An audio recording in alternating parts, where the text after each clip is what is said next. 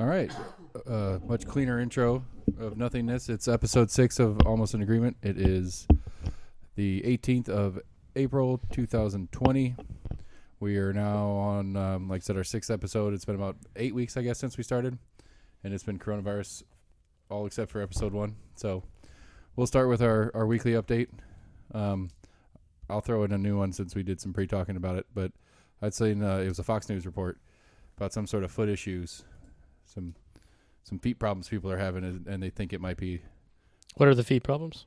I gotta go find it. Well, we gotta Christ. know what it is. Is it a fungus? Is it foot drop? Is it the foot's gone? It their disappeared. Their feet are falling off after they That's get amazing. out of Corona.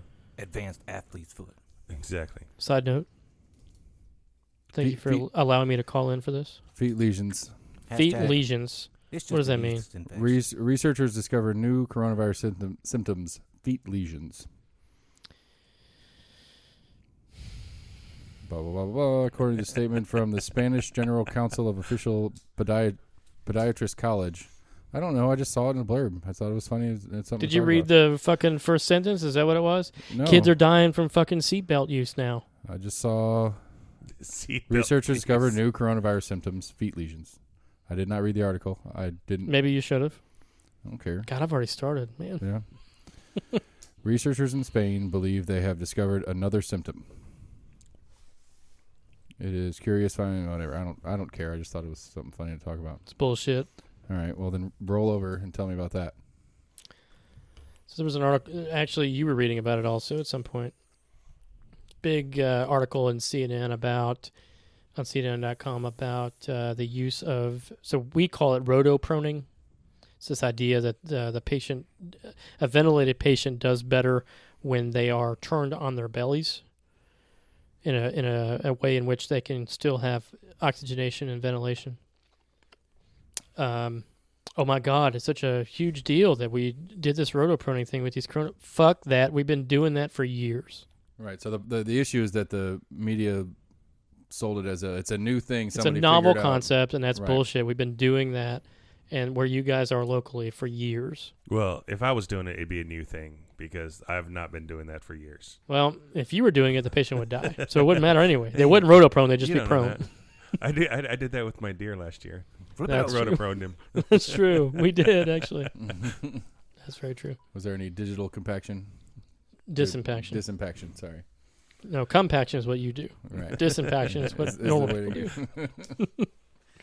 So that was one thing that was frustrating. Second thing, second thing was I read an article where, also on CNN, that said that another symptom of coronavirus infection, specifically in patients that were intubated, was once they are extubated, they now have delirium.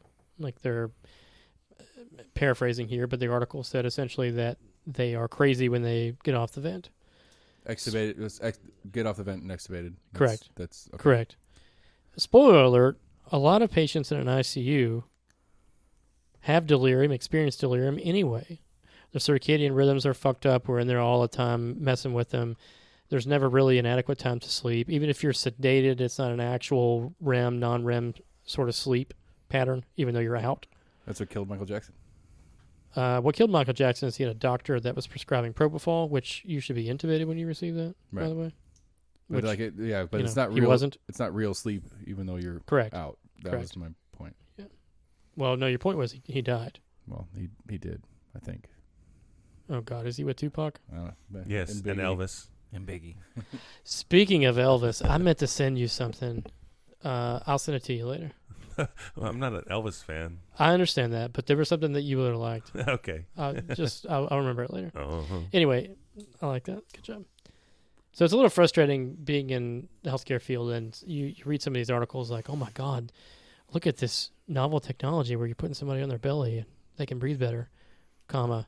Look at this new symptom of a patient that comes off of the ventilator and they are experiencing delirium. These are things that happened before this fucking infection even occurred. Right. I would say it's the supply side of the news trying to fill the demand of people wanting more information, even though it's not actually new information. It's new to a lot of people. I mean, it was new to me. I didn't know that was a thing that was done. And so I think it's the media going, oh, well, people want to know more things, so we're going to throw more things. I mean, I think it was inaccurate at minimum to make it sound like it was a new thing, that somebody discovered this new idea recently. But I get the idea of at least trying to throw more information out because that's what everybody wants right now. I get the feeling sometimes when I'm reading some of these news articles, I get the feeling like I'm watching a very bad healthcare, like a medical TV show. Like when you see the asystole flatline and people run and grab the paddles, that's not a thing. You don't shock people that don't have a rhythm at all, that don't have an electrical pattern. That's not a thing. At all. Never. See, I'm learning something. I just feel like that we're in this right now, where this is one big fucking Mickey Mouse show, and none of this stuff, that's an exaggeration. A significant amount of this stuff is not representative of reality right now. Right. I think this is part of the sometimes in agreement. There's no argument here. I was upset about. I'm telling you, man. Like I was upset about that delirium thing. I read that thing and I was like, these motherfuckers. Like I almost, and I got fucking pissed about something else and lost track of it. But I almost emailed the author of the article, and was like, listen here, motherfucker. Like this is not new. Like you're spreading information like it's new. It's not new. It's just new to the untrained ear. This is not new medical stuff. This is not some novel technique that we're doing. Has anybody been to, I was talking with Sam earlier, any been to Lowe's in the last week? Not in the last week. I've been there in the last 3. I've been to Home Depot a couple times, but not Lowe's. It's busy. Yeah. It's extremely busy. I was there 3 times this week, and I needed a electrical plug, and I flagged this lady down, and I said, hey, I need help in electrical. And she's like, we don't have anybody here in electrical till this evening. And I said, well, you better find me somebody. That's not the answer.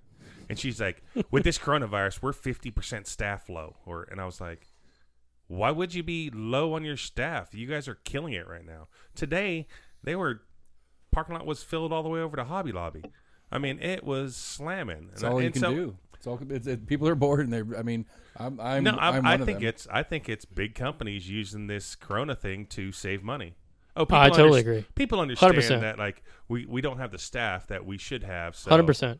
We're gonna just lay people off. I'm totally in agreement with it. I think that there are companies that were like Bed Bath & Beyond. I was reading an article months before this coronavirus thing even hit, where they were concerned about whether or not they could keep all of their stores open, like period.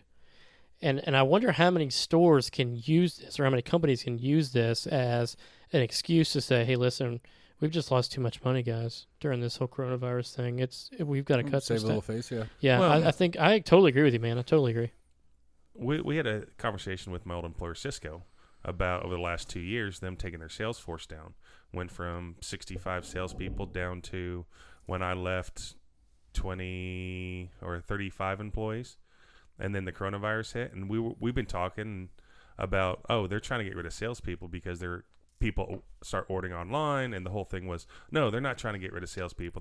We don't want to get rid of salespeople. That was management talk. Yeah, the manager was like, yeah, no. And us as salespeople are like, no, they want to get rid of salespeople. Mm-hmm. Sure. Coronavirus hit, Cisco countrywide laid off 30% of their people the first week of the coronavirus. In fairness, though, for them, I mean, they're indirectly hit pretty hard, because you take how many restaurants are open right now that are even close to capacity or close to what they were doing? I agree with you. I think they jumped on the situation and did what they were planning on doing maybe a year from now, and went ahead and did it now. Yeah. But at the same time, they are an industry that did have real direct effect. The salespeople that I still talk to that are with there are having phenomenal sales, because they're having places that, like grocery stores, that always got it from their commissary, and now they can't get stuff from their commissary, and they're like buying everything up. So a bunch of them are selling like the IGAs and the Buy Lows, and Buy Low's not around, but the smaller grocery stores, and they're killing it. They're like, I'm doing great right now. I just think I think it is big companies right now are using this to slimline and save some money. Totally agree. Yeah. So stock price of Lowe's, 30-day, the low, the last 30 days, $70. where it is currently, 97. They've gained $27. It's like 30, almost a third. Yeah. 30%. Well, In 30 fucking days. When I left Cisco in the first week of March, the stock was $86, and I sold all my stock in Cisco, and right now it's like 42. Yep. That's exactly what it is. Yay. Good Yeah. for me. Good call. But yeah, I mean, it brings up, and this. I mean, how this could be the rest of this episode if we want to. But I love Corona. what's the, what's the world look like when we go back to work? Like when things go back to, air quotes, normal. Man, I just want to go on vacation. Home Depot stock 30 days ago, $160. 30 days ago. $209.42 right now. I'm telling you, they're counting. It's crazy. People don't have stuff to do, so I'm at my house. Let me go build that chicken coop. Absolutely. I'm at the house. 100%. Yeah. Like this guy over here. Tore down my deck and built a new deck. Technically, the deck was torn down already. It was just kind It of was hanging torn there. itself. But It I was mean, just it's hanging like it's a project that I knew was a project that needed to get done at some point. And I mean, I don't have the excuse of not working right now being the Are you motivator. still working? Yeah. Are you? Yeah, Okay. I've got my Department of Homeland Security paperwork. You know, when children are jumping off that deck to escape death, it's not a good deck. That's true. But Sounds pretty smart to me. yeah, like I would too. like part of the deal with the guy that's helping build the deck is I bought him a toolkit as part of his payment, and they sold me a shitty battery. And so talking about how busy they were, Toolkit. like a power drill set. Oh, what And- company? Fuck, I don't remember. You know what company? Milwaukee. Milwaukee. That's what the man asked for. Oh, it's fuck. pronounced Milwaukee. Milwaukee? It's what the man asked Ah, for. fuck. Saved me $300. It's got to be DeWalt. Milwaukee? I don't know, man. $7,300 in tools. Damn. No, it's okay. Saved me $300. It was he wanted 500 more than what we talked about for the job. Not from what we talked about. I threw out a number at him. He threw out a 500 more number. He said, or the number you gave me plus this tool set that's like $200. And so he wanted $2,000. I paid him $1,500 and $180 tool set. Damn, It's I would've- junk. by That's the way. fine. It's his tool set. It's Is not he mine. listening to this podcast? I doubt it. I'm sure you're a nice guy. We need to Pick have better it. fucking tools next time. Does this guy speak Spanish? Yes. Maybe But so Milwaukee anyway- is like a really high brand in Mexico. So they sold me one of the batteries in the kit was bad, and I went in a couple days ago to return the battery or to exchange the battery, and the returns line was like 15 people deep, and I was like, That was today. I'll come back later. Today I walked out of the thing. I look at my receipt, and they charged me twice for one of the paint cans I got. And so I was like, "You charged me twice," and he's like, "Oh yeah, go over to customer service." And so I stood in line for 20 minutes at customer service to get my $19 back. I love the high tech floor stickers. Everybody's got their floor stickers now, where you're supposed to stand while you're waiting. I think they should have chalk outlines instead of floor stickers. Stand in your chalk line. Oh, that's great. With like an arm behind the head. You know? Like, holy shit, somebody died here right next to the Venus sausages? At the store, we should have Shit. Corona 6-packs tamed to the floor so far apart. I read somewhere that they halted their production. This was maybe a couple weeks ago. I'll have to look that up again. But Corona? yeah. I did hear they were losing money because of the virus. A lot of people had literally just stopped buying it out of name association. I saw a funny story. I saw a funny. This is idiots. I saw a funny story about a Chinese restaurant. I think it was in New York. That's Joe Schmo. They do their like when they do a delivery, it's a bigger delivery. They'll take a 4x6 pack case, and they'll put all the bags and boxes, all the food in it, because it's easier to carry than the loose bags. And so the Chinese food delivering stuff in Corona boxes. I Now, thought that was pretty funny. how about the poor people's tax in Virginia that are not getting their stimulus check? Did you guys see about that? Mm-mm. So like you can go to these tax places and they'll do your tax return, and if you want your money right then, they will front you your money right then. Like you're supposed to get $3,000 back. Do you want to wait 8 to 10 days, or do you want it right now? I want it right now. Okay, that's going to cost you $250. So basically, they're payday loaning. Here's your money, and then the tax return comes to the tax preparation place. Mm-hmm. And they make money. Well, how's the IRS paying people? Off of depositing in their account. If you didn't have an account, then they're mailing you checks. So there was a video out in Virginia. There was all these people outside this tax place raising hell because they're not getting their stimulus check because the IRS is saying they didn't have it deposited in their account. And they're like pissed off. I'm like, well, you're the dumbass that would rather pay someone $300 to get your money right then rather than wait 8 to 10 days to get it. Did everybody at you guys' table get their check already? Yeah. Yep. Did you guys read the article or the Wikipedia? I'm buying link? a boat with it, plus my tax return, plus the 2 boats I'm selling. You already selling your fishing boat? Uh-huh. Nice. You've had it for 2 weeks? Yeah. I was about to say, the one you just bought? Yes. You did say you got rid of the other one, which is pretty cool. The big boat sold. You sold that thing? Yeah. Fuck. So to a guy he pulled up in a he was African, not like accent African. Like Jumanji African? Yeah, Congo or wherever. And he was driving a brand new Range Rover, and he was asking me all sorts of questions about the boat, and I was like, I don't. That's why I have it listed for $1,400 because I don't know what's wrong with it. He's like, well, if tires are good, and I'll take it for $1,000. I said, give me the money, and they hooked it up, and he's like, the tail lights don't work. I was like, sorry. He drove off. Is there paperwork involved in that? They just took it. Bill of sale. Oh, I wrote him a bill of sale. I don't need Murphy, but I don't even know how good that is because I never registered it, so it's not actually registered in my name. But He's going to have fun when he tries to register. Mm-hmm. they're like, this is registered to Vito, whatever. Who's dead? Stealing dead man's boat. Did you guys read the wiki link I sent about Operation Choke Point? Anybody?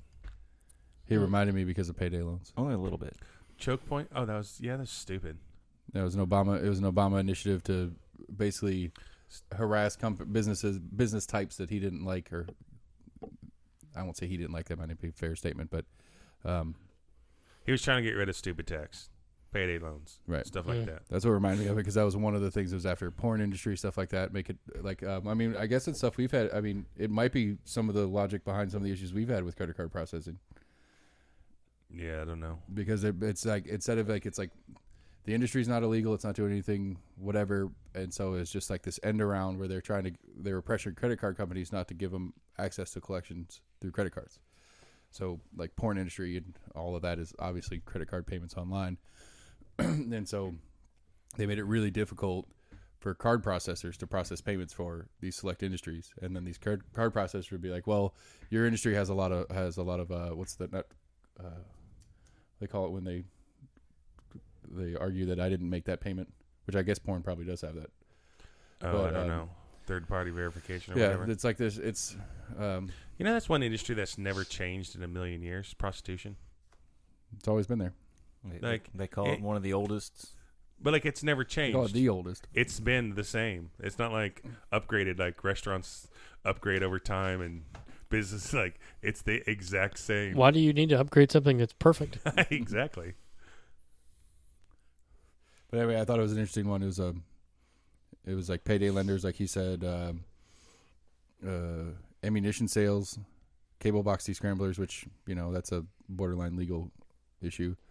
Credit card schemes, credit card or credit repair services, dating services, debt consolidation, drug paraphernalia. It's another one that we fall under, I guess.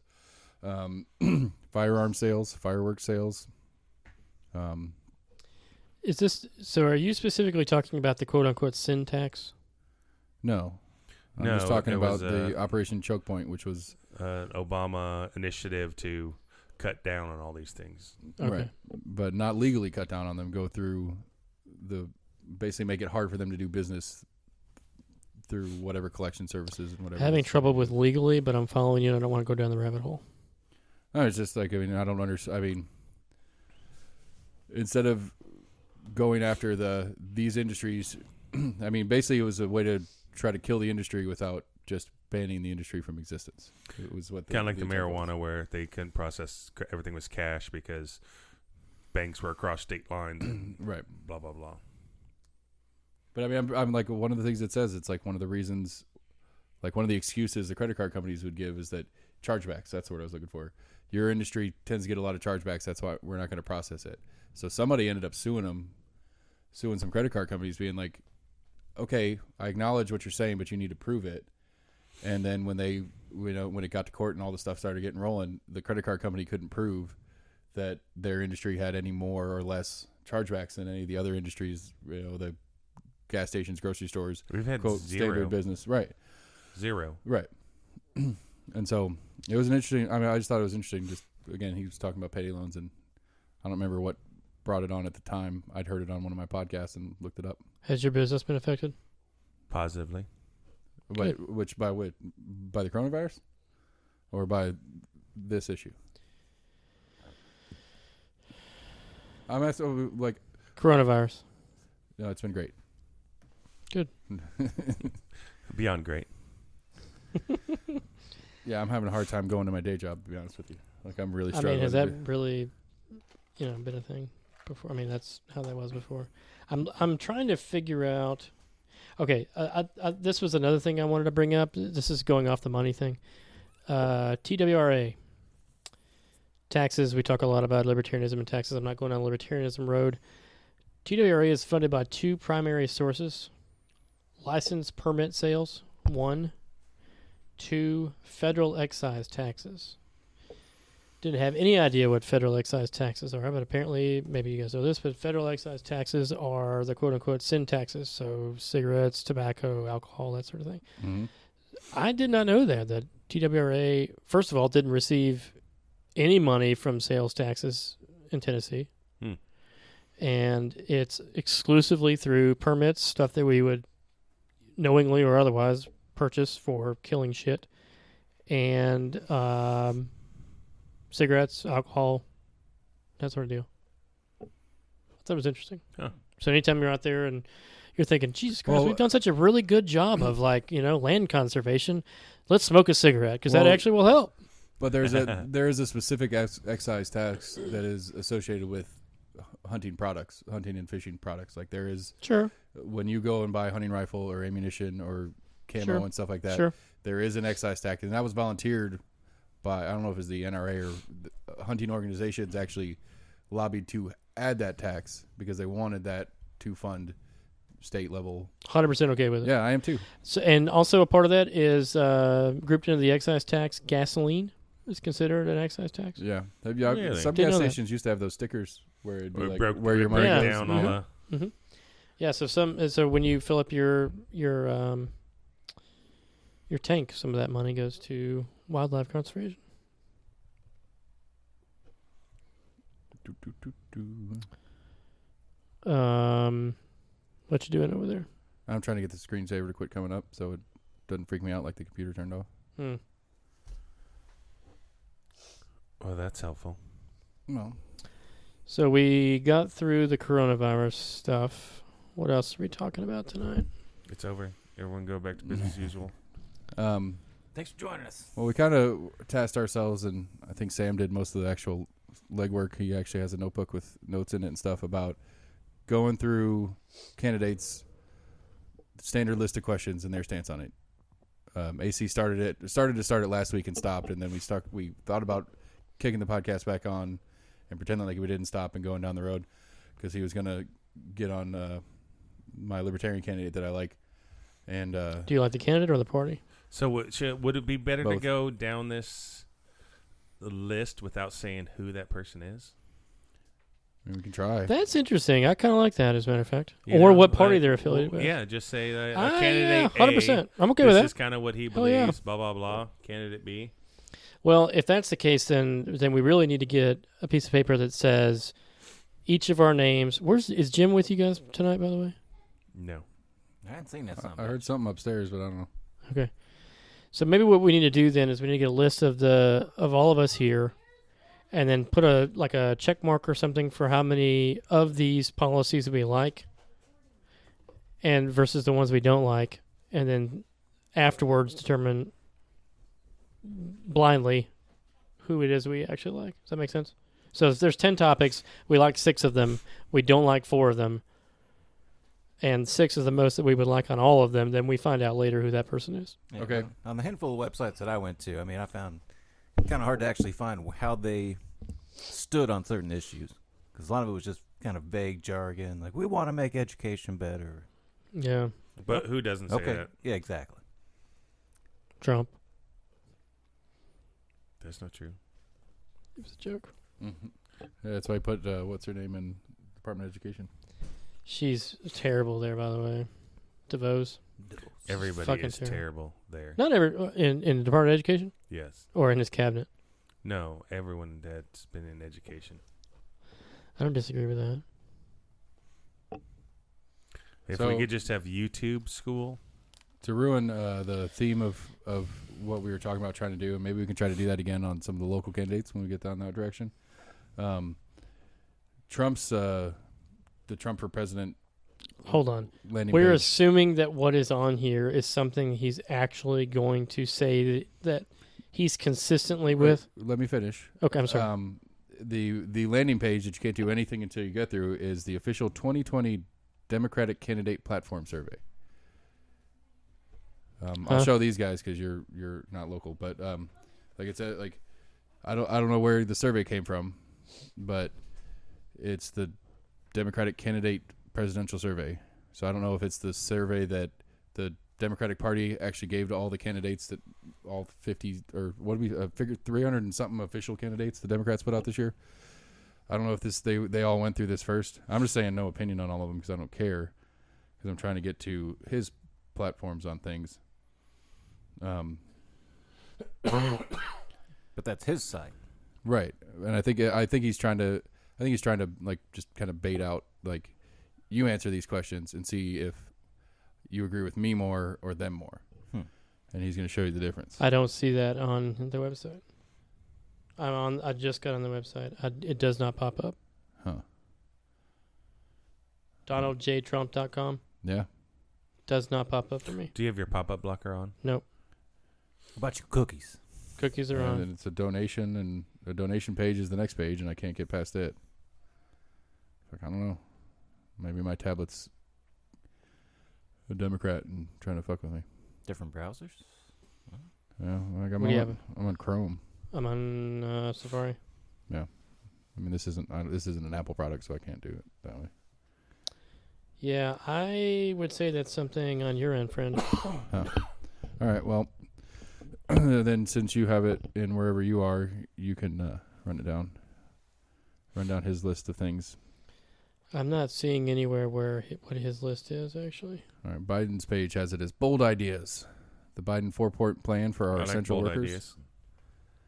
The Biden plan to scale up employment insurance by reforming short-term compensation programs. The Biden plan for bankruptcy reform. Where do you guys want to start? The Biden plan for Central America, immigration, infrastructure, veterans. There we go. That's the one I know we want to start with. Jesus, that's a lot of words. I'd say infrastructure next. There's 4. Huh? It was a joke. Joe All Biden. words. All right. The Biden plan to keep our sacred obligations to our veterans. Joe Biden believes that as a nation we have many obligations, but we only have one truly sacred obligation: to properly prepare and equip our troops when we send them into harm's way, and to care for them and their families both while they're deployed and after their return home. As the parents of a son who deployed to Iraq, Joe and Jill Biden understand the gravity of this promise. Our service members ensure our freedoms, our security, and the very future of our country. They're willing to sacrifice everything, many do, and each of them deserves our respect and enduring gratitude. Turns to attack side. President Trump has repeatedly failed our veterans and ignored this sacred obligation. From the outrage of deporting undocumented veterans without checking their record of military service, to allowing his wealthy Mar-a-Lago friends to drive veterans policies, to pursuing policies designed to privatize and dismantle the Department of Veteran Affairs, Trump neither understands nor respects the idea of duty, honor, or country that inspires our brave military members to serve this. Blah, blah, blah. Less than 1% of Americans currently serve in the military, and the other 99% of us owe them the secure futures they have earned. The Biden record for delivering, I'm not going through his history. That's just too much. So, genuine question. Okay. I don't understand. Like, truly, this is not something to, like, be confrontational. This is a true question. I don't understand how any veteran can vote for Trump when he was quoted to say this: McCain is not a war hero. He was a war hero because he was captured. I like people who weren't captured. It is very difficult for me to wrap my head around how any veteran. I agree with you. That like that's tough. That bothered man. me. No, Like it did. Even if you don't like McCain as a politician, or even if you think that he was there, like he remained there for political and personal gain, I get all of that. I don't know how any veteran can say I can vote for this guy based on that fucking bullshit. Like that's tough for me, and I'm not a veteran. No, and yeah, it's awful for him to say that, and I think also he said it because he was trying to, like, I wanted McCain to beat him. Me too. But was he just saying it just trying to razz him? Like, you know what I mean? Did he actually mean it? But I understand you say that. I think he meant it. Well, no, I don't think he meant it. I think he just said it to get a reaction, which he does a lot of. That's his kind of MO, is try to say stuff to get a reaction. But yeah, no, I didn't like that at all. I guess my problem is, this has actually always been my problem with Trump. Where's the line where people say, okay, this is enough? And I feel like for some folks, there's not a line where that so many things can be rationalized as, well, he's trying to be different. He didn't really mean it this way, etc. And like, that's my concern. I'm okay with any Republican in office. Like I voted for Bush twice. I don't know where the line is for this guy, where folks who have continued to support him would say, like, I can't envision a hypothetical where somebody would be like, I supported Trump, but this right here as a hypothetical would be something where I would not support him anymore. And that for me is scary, because there's a laundry list of things that he has said that I just feel like, Jesus, there are more qualified folks in the Republican Party that could do as good of a job policy-wise that Trump has done, and I don't know why he continues to get the pass that he does. Like, I'm genuinely confused by that. Yeah, well, I mean, I think it's on both sides, though. There are hardcore Republicans and there are hardcore Democrats. Like, most of my aunts in Iowa, it doesn't matter what. I mean, Joe Biden can go up there and say, I like to molest little girls on a daily basis, and if I get nominated president, I'm going to do everything I can to make pedophile legal and all that kind of stuff. And my aunt would still vote for him because he's a Democrat. It does not matter. She will not vote for a Republican. Well, it goes back it's sad, but I think on both sides, there are people that they only vote Republican no matter what. They don't care because they have that in their head. Yeah. That's for whatever reason is. Right, and that goes back to last week's conversation of why a third party would make sense, because it takes that, because there's two versions of that person. It's the I only vote blue because I believe in blue, or I only vote blue because I hate red. I don't disagree with that as saying that exists, because I agree with you. I think that exists. But I think there have been several attempts to have an alternative voice on the ticket for a primary against Trump, and that's not gotten off the ground. So at a primary level, we've had the several opportunities to replace this guy with a person that would have the same policies as this dude. I didn't vote for Trump in the primary. Okay. Nobody asked you. Well, I didn't know that. Yeah. Like, I kind of want to hug you now. Like, I didn't know that. No, I really didn't. I said from day one. When I voted for when you travel Trump. the 600 miles or whatever back, you can do that hug. I said from day one, I voted for Trump because there was no way that I would want Hillary in there. But that still goes, for me, that still goes back to, like, I didn't like Hillary as a candidate either.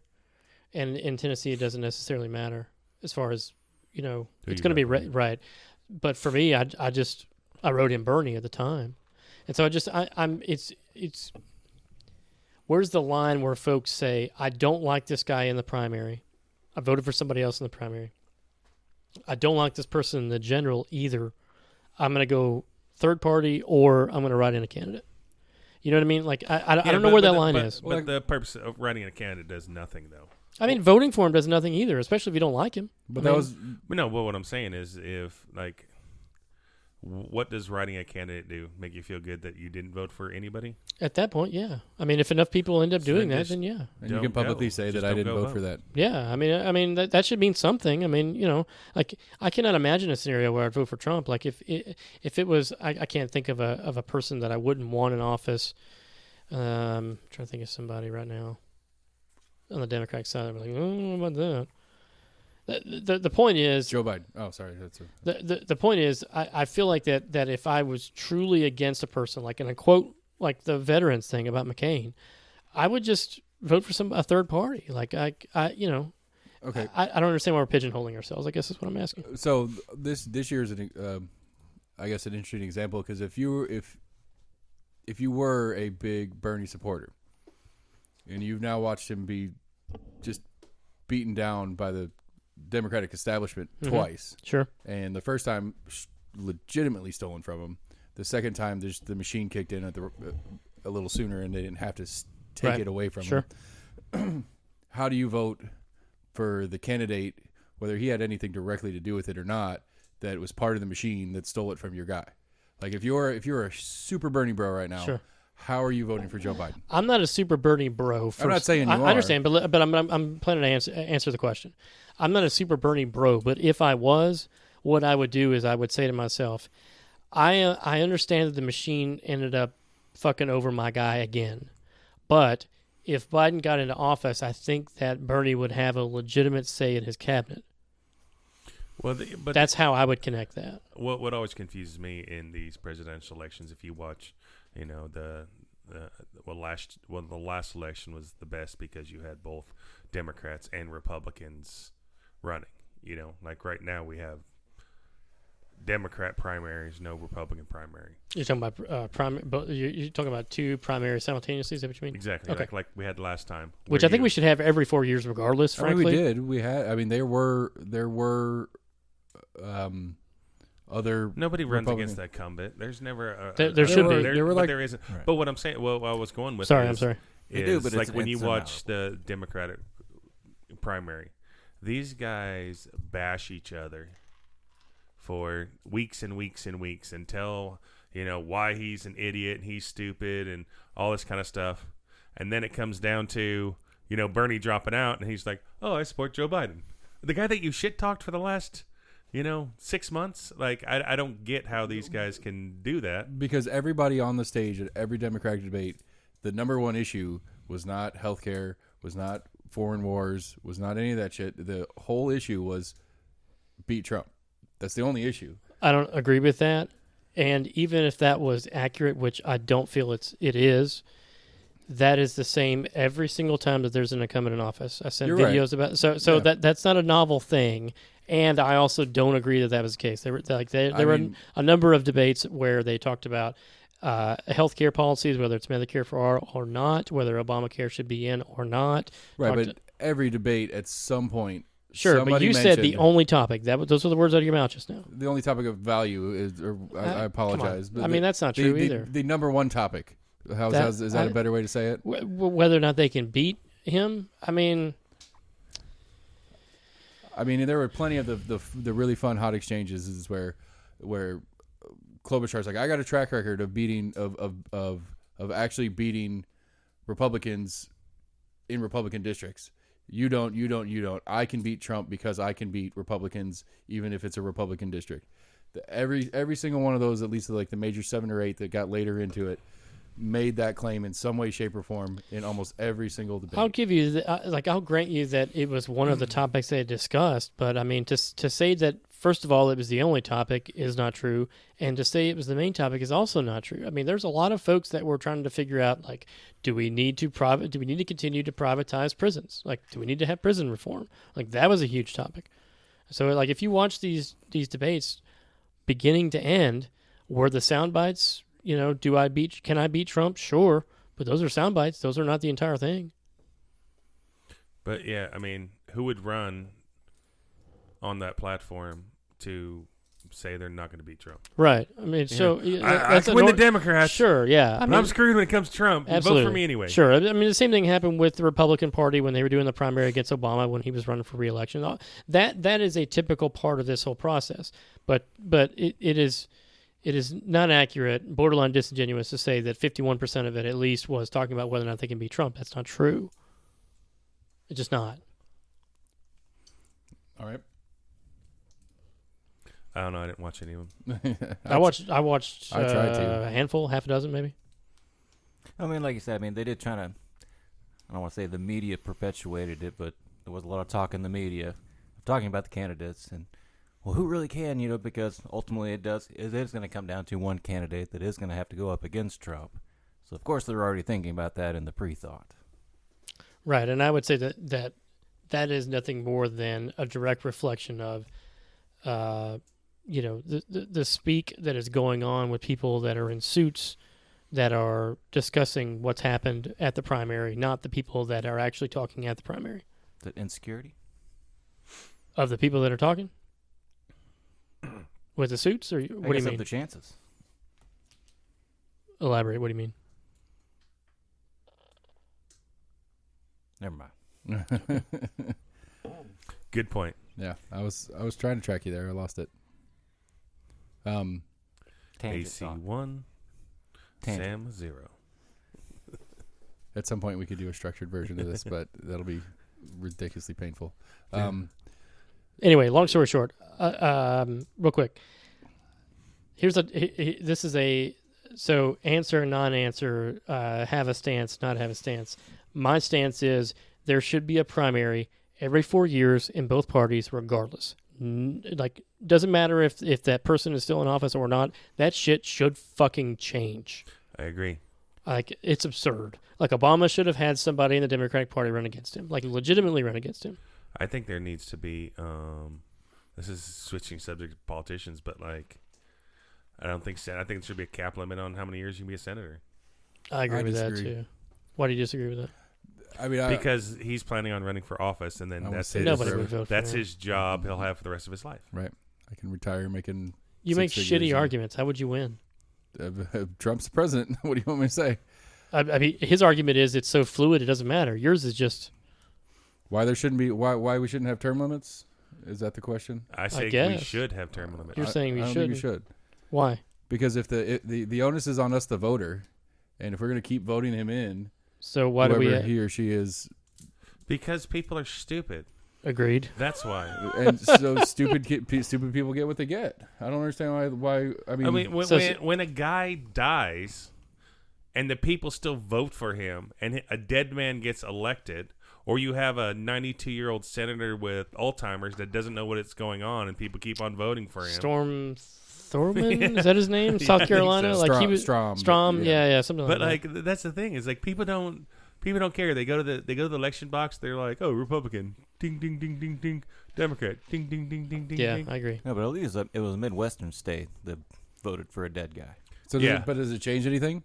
Does it change anything if it's a new guy that it's just ding ding ding ding ding? Well, no, I think there needs to be a lack of knowledge, a whole different reform. I think there should be because politicians right now is just like I've said this on this is they don't.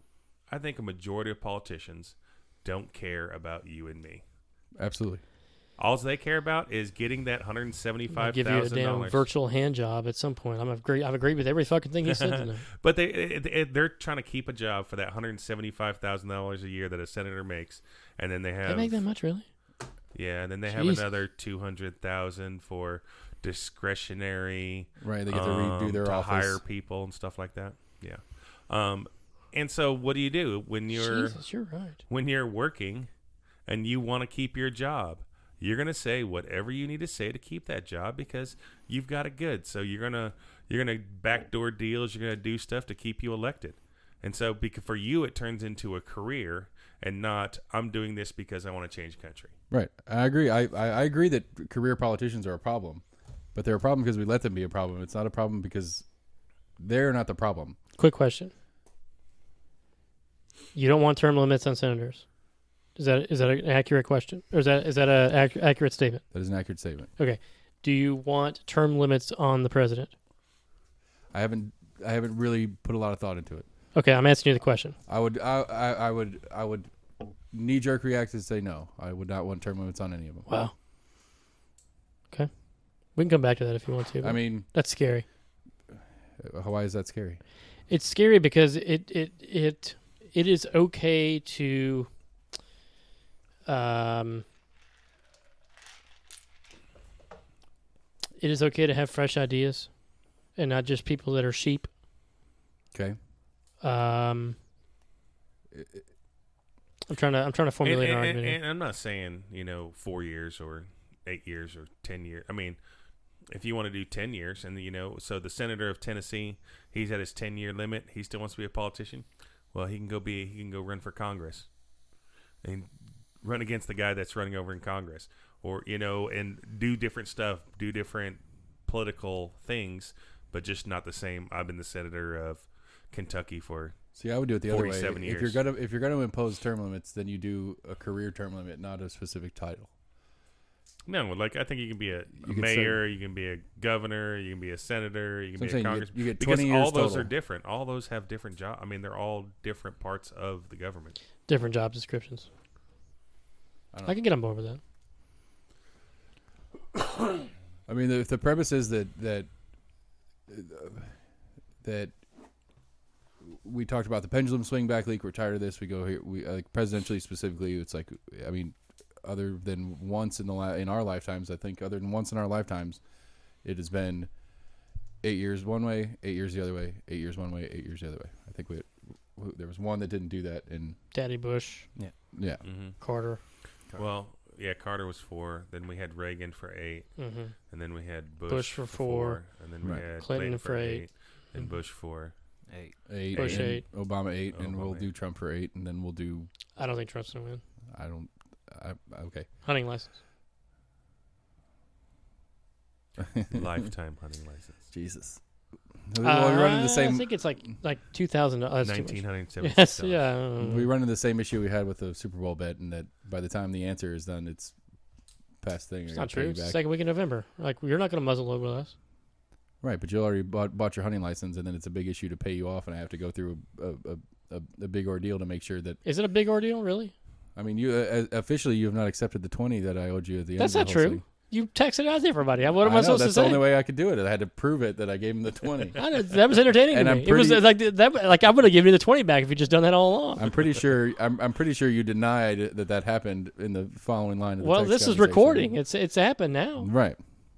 I don't understand the problem. It's official. I only need them 7,000 All right, miles away. all right. So if Trump wins re-election, I pay for your hunting license this particular year. All right, I'm in. Okay, and you'll pay for mine if he loses. All right, I'm in. In some ways, though, I kind of want him to win because I don't want him to Yeah, fucking you talked tweet about that all, before, all the time about I'm going against this motherfucker. I'm gonna beat him in 3 and he's years. gonna do it again when he's 82 or whatever. Best thing you can have is he can stop breathing. You've made that you have made that clear. Anyway, where were we? You guys Term are limits. jumping on me for thinking term limits are. I just can't envision an argument where If they're- where term limits are not a good thing. Like I you know what I mean? Like that's my issue is yes, it's on the people for voting the correct person in, but that's not good enough for me. I mean, at the end of the day, you need to. What happens if the machine can't create somebody else because that other person's too strongly in power? Well, I mean, the idea that they have the strength to stay in power is the problem with why we would say they have term limits in the first place. But you said fresh ideas. If fresh ideas are good, they win. Not true. So then the machine's the problem, and so Sure. we attack the machine, and it has nothing to do with term limits. How do you attack the machine? I mean, Bernie's been trying to do that for 8 years Right. now and hasn't been able to do it. And term limits don't fix that either. That's not true. Bernie's been trying to do it for 8 years, and it went from Hillary Clinton, Secretary of State under Obama, to Vice President Biden, who is now running. I mean, it's the same animal. They're just putting another. It's just a bodysuit with a Democratic thing in it. Term limits don't help, but term limits would definitely hurt. I also think that I don't think that Congress or Senate should be able to vote on stuff that benefits themselves. I don't know how you do that. I don't disagree with you. I just don't know Public how you functionally election. do that. When you have election, like what health care should Congress and senators have? Okay, Same fucking healthcare that we give all government people. Right. I don't think they should be able to vote their own raises. Yeah, they vote themselves own raises all the time. Like, I think that stuff. You're a public person. If you work for the people, then the people should be the people that say you get a raise. Because I mean, the real Can question. you say something that I disagree with, please? The real question is going to be Trump's going to win. Is the idea of the career Touché. politician is who is the person that wants to be a career politician? All of them. And I think that's All of them. Yeah, I I agree think with that too. that is the one silver lining of Trump that you can argue is that he's never been a politician prior. I disagree. It's not a good or bad, but Disagree with that. you disagree that he hasn't been He's been a politician all his life. he's been politically he's been He been is- political. He has been a fucking politician all his life.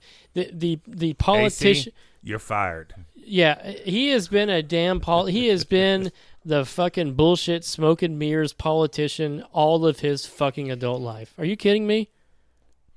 I mean, other has he- than president of the United States, what other public office? I'm not talking about public. I'm talking about like politician. Like Okay, then fine. Then he does fall under the there's some psych term for it.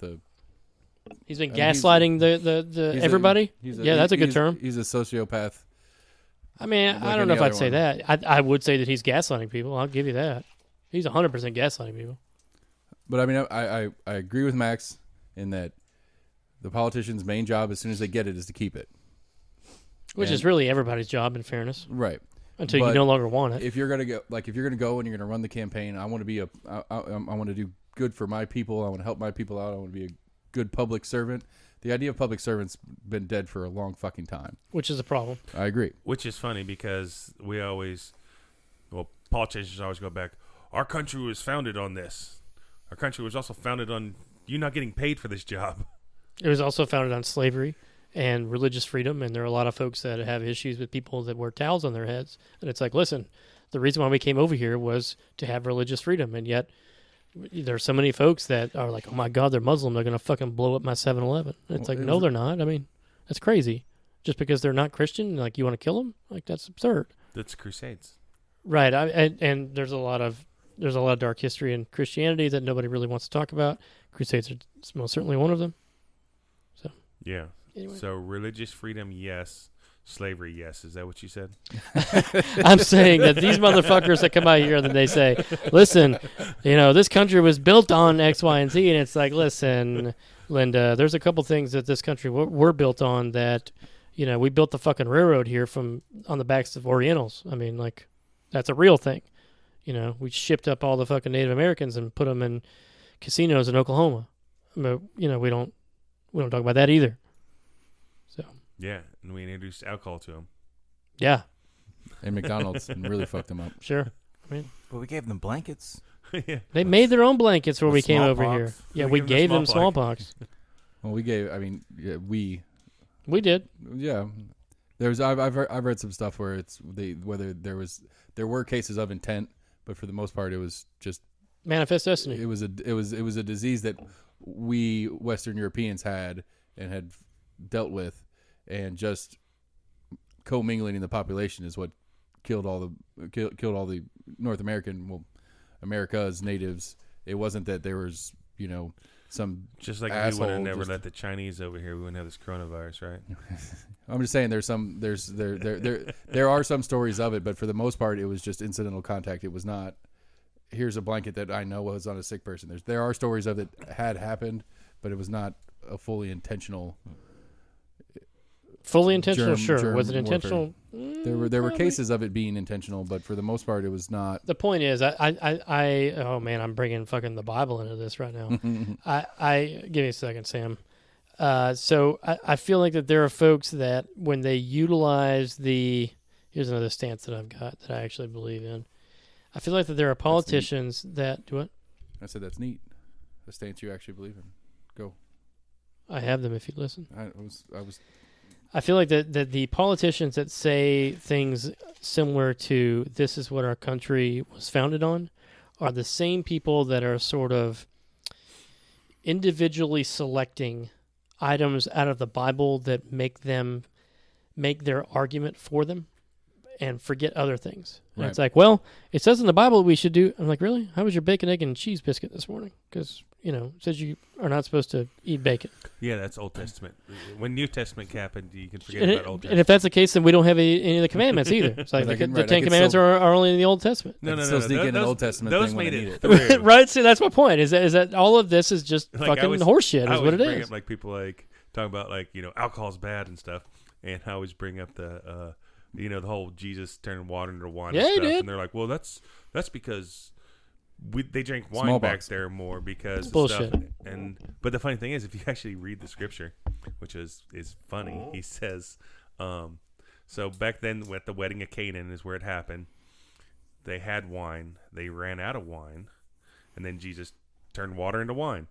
And then when they brought up the wine, well, if you're God and you're turning water into wine, you're going to make pretty damn good wine, I would think. I right? would think so. Yeah. And so the wedding planner This guy, is some shitty wine, God. when Jesus brought out the wine, the wedding planner didn't know that he turned water into wine. He just was providing wine, and he said, "This is not the wine you bring out when people can't taste anymore. This is the wine you bring out first."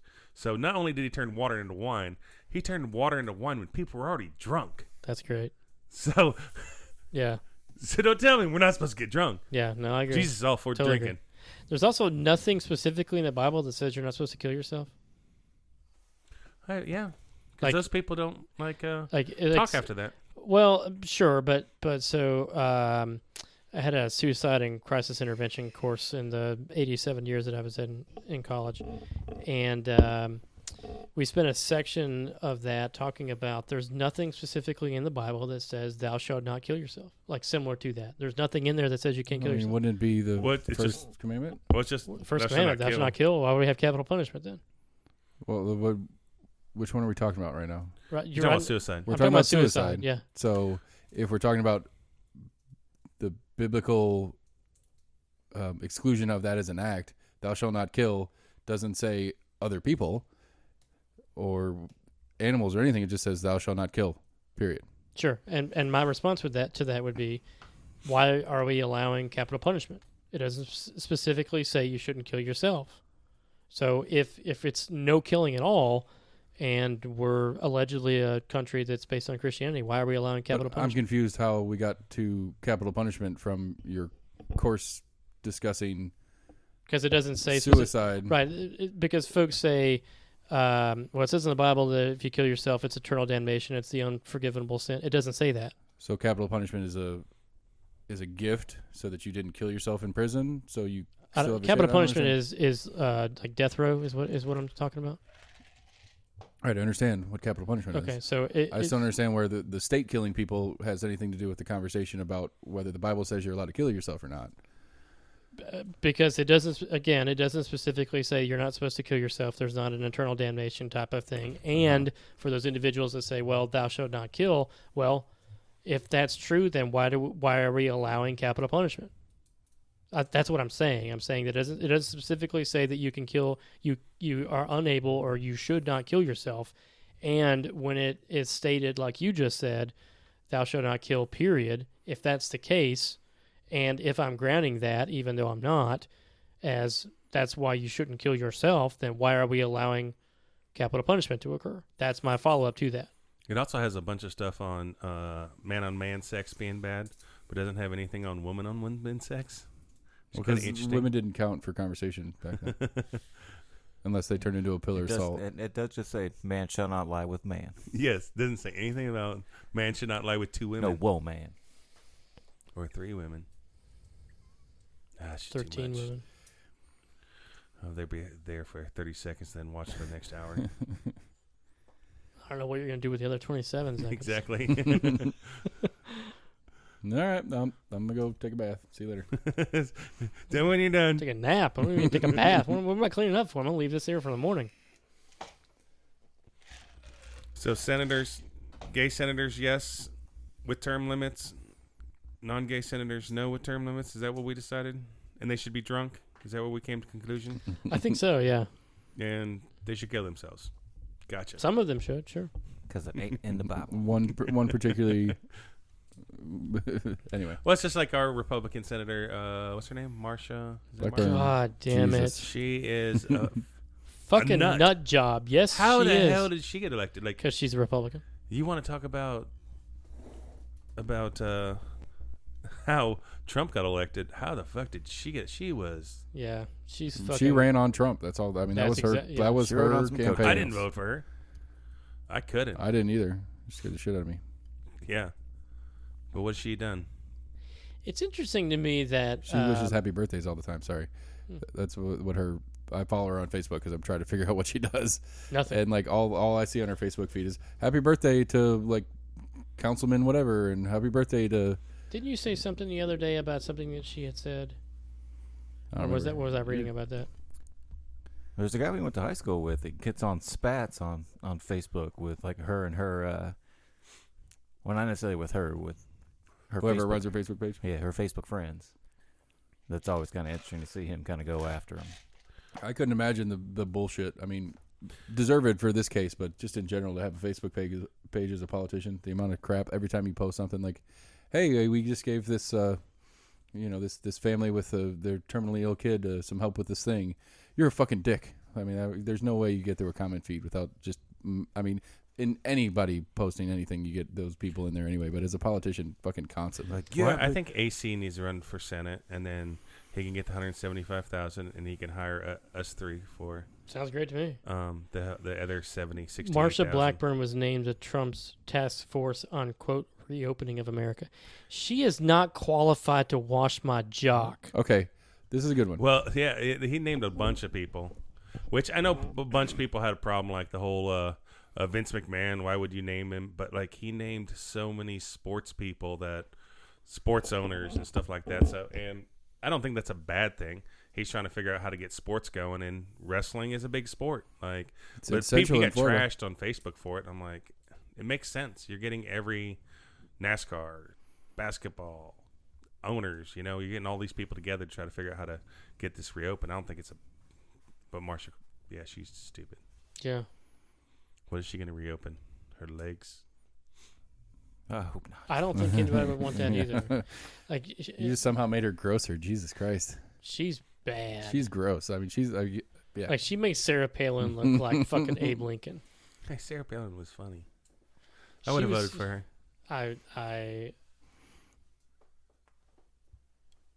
I did not. I voted for Obama because of her, actually. It goes back to, we talked about this either last week or the week before. The vice president selection is not important unless you fuck it up. Yeah. So it's only bad if you Correct. pick bad. I It's think only bad if you fuck not- up the pick. It's not good. She was the governor of Alaska, right? Correct. Yes, correct. And I think she probably did a wonderful job for Alaska. I have no idea. I don't know either. I have zero I mean, it's data points. like, what's big in Alaska? Fishing, like. Fishing and hunting. Well, and as a Republican in what I Alaska mean? with Like, a lot of what- the natural really? resource issues and stuff like that. I mean, fuck. I mean, when you get paid to be an Alaskan, right? I mean, I'm I sorry? mean, being the governor of Alaska is like being the mayor of Knoxville, honestly. Like, what are you really doing? I would love to be, like, honestly, after being there, I would love to be the governor of Alaska. See, but you But actually what I'm It is saying got a lot. I'm gorgeous. saying you don't. I agree, Yeah, but but- what I'm saying is, I don't think it's not like running a major city. Like the mayor of New York probably does more than the governor of Alaska. oh shit, yeah, Jesus Christ, yeah. You know what I'm saying? That's what I'm saying. It's being a governor of Alaska is not like being a politician. That's I mean, you have all. a soul. And I'm just basing this off of just nothing whatsoever. I think what you're saying is there's less people. There's potentially less of a that shit of going a on. yeah, potentially less shit going on unless you're talking about the pipeline that's going through there, which I am 1,000% against as a land conservation guy. We should not be drilling in fucking Alaska. It is way too gorgeous up there to fuck that up. Like, come on. Like, I don't want to be in bed with the Middle East either. Let's try to advance some technology. But fuck no. Mm-mm. It is gorgeous there. I don't want that shit fucked up because we want to have, gas 15 cents cheaper. Like, I don't give a fuck about that. I really don't. 20 cents cheaper. Don't care. Like, 40 if it was cents. Where's your $5 break a gallon, I like if it meant gas is $5 a gallon, or it's going to be what it is currently at $1.60, So, and we're going to be drilling in Alaska. I'm like, fuck, it's $5 a gallon. Like, so can't do sell that to the 320 something million Americans that will never in their lives go to Alaska. Well, so far we haven't really advanced the drilling thing, so we have sold it. So, Well, it's the same thing as like if TWRI came out and said they're doubling their prices on hunting license. I'd pay it. What I'm I'd saying want an is, answer. how many people in Tennessee would care? I wouldn't care. No, as a hunt, but like you're As being a a hunter. non-hunter. I'm saying there are so many non-hunters that would be like, why are we even talking about this? This is stupid. Okay. Like, and so there's a lot of things that like what he's saying about the Alaska. Someone in Alabama, they don't give a fuck about what's going on in Alaska. They're not going to go there. They don't care how beautiful it is. You're not drilling Alabama. You're not drilling Alabama. I don't disagree with that, but I would think that the hunter in Alabama, you could convince the hunter in Alabama that it's a bad idea to have the oil. And that's stuff. probably pretty good. No, I numbers. agree with you. But the problem is there's not enough people that appreciate that. I agree with that.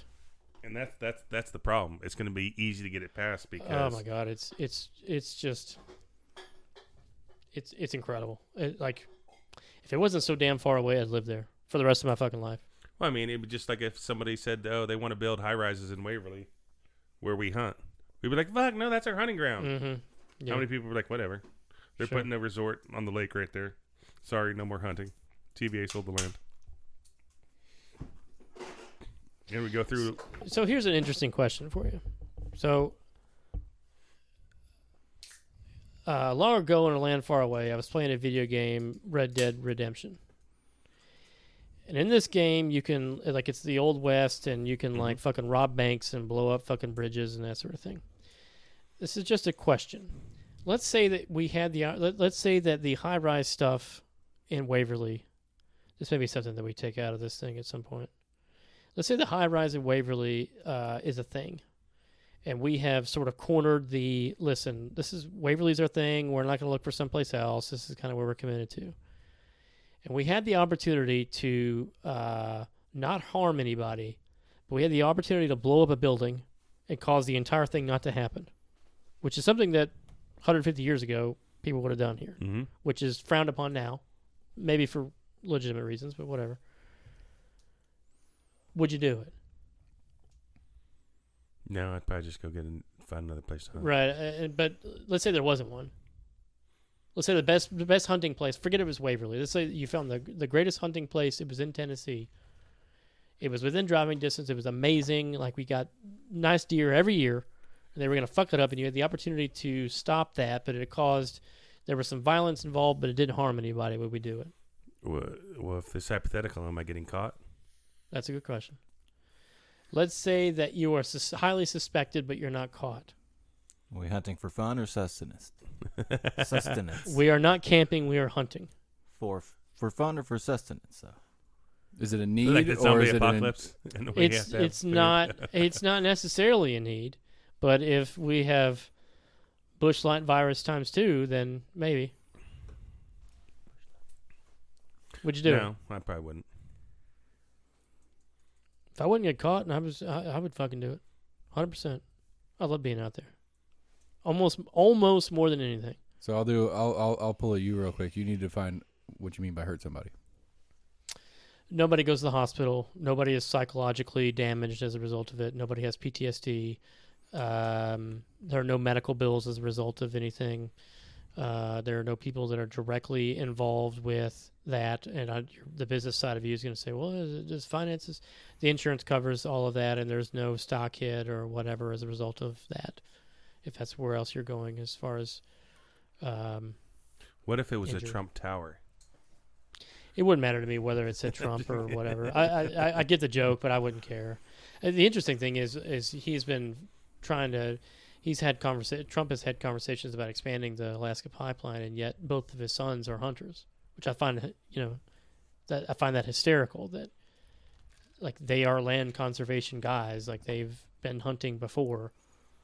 What I mean, it's already there. Why do we need to extend it? That's what I don't understand. I agree with that, but I don't say tear it down because that's not going to do any good. It's already there. I agree. I don't disagree with that. But I think like what it really is BP and Exxon and whoever the big oil companies are realize they can make more money by having more. Well, and they'd argue too access. that it'll cost them less to get it from wherever they're drilling it to wherever it's going. One, but their argument would be, remember Exxon Valdez? Mm-hmm. When we put it on a boat and drive it down to California, that puts us at a lot more risk than that puts a lot more nature at risk when it's on a boat that can get crashed or whatever. That would be the argument. I'm not. I agreeing understand. With it. I understand. The Alaskan pipeline doesn't go from Alaska to the U.S. as far as I. It goes through Canada, I believe. It goes through Canada. It goes all the way to the U.S. Yeah. Doesn't I thought it was just through. I mean, Alaska. even if it didn't, the argument would be, well, if we're pipeline. sending tankers up to above the Arctic Circle to pick this up, we're gonna have even if with our best efforts, we're gonna have spills on our way back. Well, the response to that, though, the reason why that's not a good argument anymore is 2010, there was a BP oil spill in the Gulf of Mexico. So the reason why that's not a good argument anymore is that this stuff still happens regardless whether you put it on a fucking boat or whether it happens, 100 miles off the coast. Right. So the boat argument doesn't work anymore because of what happened in 2010. That would be my response to that. So if the Exxon Valdez is the argument, I would say, okay, well, the BP oil spill happened, and that's 100 miles off the coast. So you can't say that it's just the ship thing. It can happen anywhere, which is why we Right. shouldn't do it. Right. I don't disagree. I I'm just saying understand that would be right. That would be the lazy PR guys' initial be like, hey, this is safer than boats. And whether it's true or not, and I'm sure they could throw out some data that they can put together and prove, and they'll be like, like back in 1952, this spill in 1937, and this, like they would pull every spill out and compare it to the one BP, and be like, well, there's only one of those, but there were hundreds of boats that have been sunk, and they'd even throw in some fucking regular freight boats that have nothing to do with oil and say that's part of the thing. It would just be the argument. I don't agree with it by any sense. I'm not saying that wouldn't potentially be the argument. I'm just saying that I don't know if that would be the Exxon Valdez would certainly be a part of the argument. I don't know if I don't have the data in front of me to say that other things could be a part of that. I'm just saying specifically the 2010 oil spill was a huge deal. Like I was actually in Destin that summer running a hotel, and Did you say robbing a hotel? Correct. Okay. I didn't say which hotel. Disrobing? Running is what I actually said. / potentially reallocating potential things. Anyway, long story short, there were pellets that were washing ashore in Destin then. Like I've got pictures of that sort of stuff, which is interesting because it was, Pensacola and Destin. It's like 45 minutes away. So, anyway, I'm not sure how we got down this Alaska pipeline. I don't know thing, either. But I mean, so to stay semi on topic, move off it. I mean, if you want to talk about getting off of foreign oil, like I don't understand, and not the not engineer over here is why we're not further into alternatives at this point. And even as an oil company or a fucking like a TVA or like a TVA, why? I mean, a TVA has kind of done some obviously with their dam system, but why isn't that? I mean, they're closing Bull Run finally. Well, the problem is it has to do with states. States can't get along. For dams? For like you're talking like, why can't we have natural like wind power and dam power and like generating power through these natural resources? Because states cannot get along. So like TVA, power grid that powers all of Tennessee. It's hooked into Georgia. It's hooked in Kentucky. It's hooked in all the surrounding states. The power grid for the whole entire United States is all hooked into each other. They have to keep that power. Right, if we create more power and push into Kentucky, then Kentucky has to pay us for the power they're taking from us. So, like TVA, on a hourly basis, they're predicting what the temperature is outside, which tells them how many generators for all the dams they have to have running. And so they're constantly starting up generators and stopping generators because they need to keep that neutral. Right, I got a buddy that actually does line that pushes into each surrounding state. If we push into them, they're going to push into us. Then we're going to have to pay for the power at whatever the government rate is for that power. So they try to keep it neutral. So that's like when you drive through Indiana and you see all those wind farms and like they're not all running. Why are they not all running? Because Indiana doesn't want to push. They're creating too much power at that point, so they don't want to push into the other states and cause a war, a power war, which is stupid. But I mean, how is that? How would that be any different, regardless of the source? Be the same. It'd be the same slap fight essentially, whether it was a coal plant or a hydro plant. I think right now our main issue is we don't have a way to store that energy, so we can create it. We didn't, yeah. But It's all our Tesla's battery fault. capacity essentially.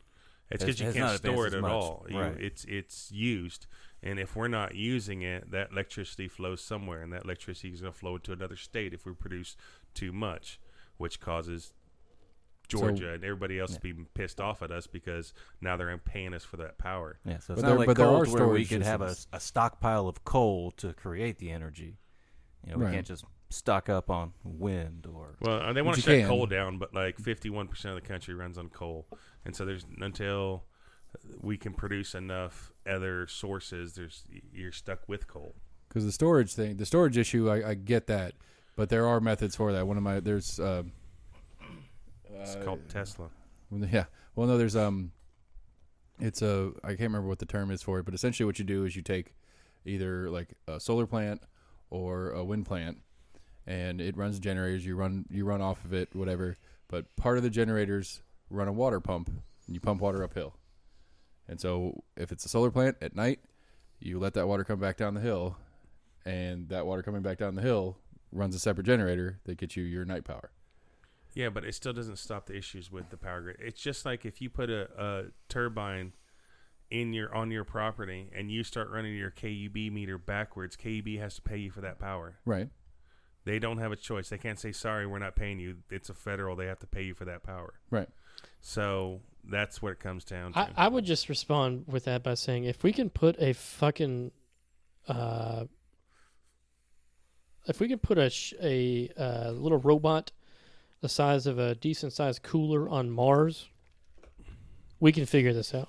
I agree. Well, that's what I'm saying. There are methods that have already been figured out. Why not just say, like, okay, if you run into another state, just take that away. Like, yeah, if we produce extra power and we're giving Georgia free power, so be it.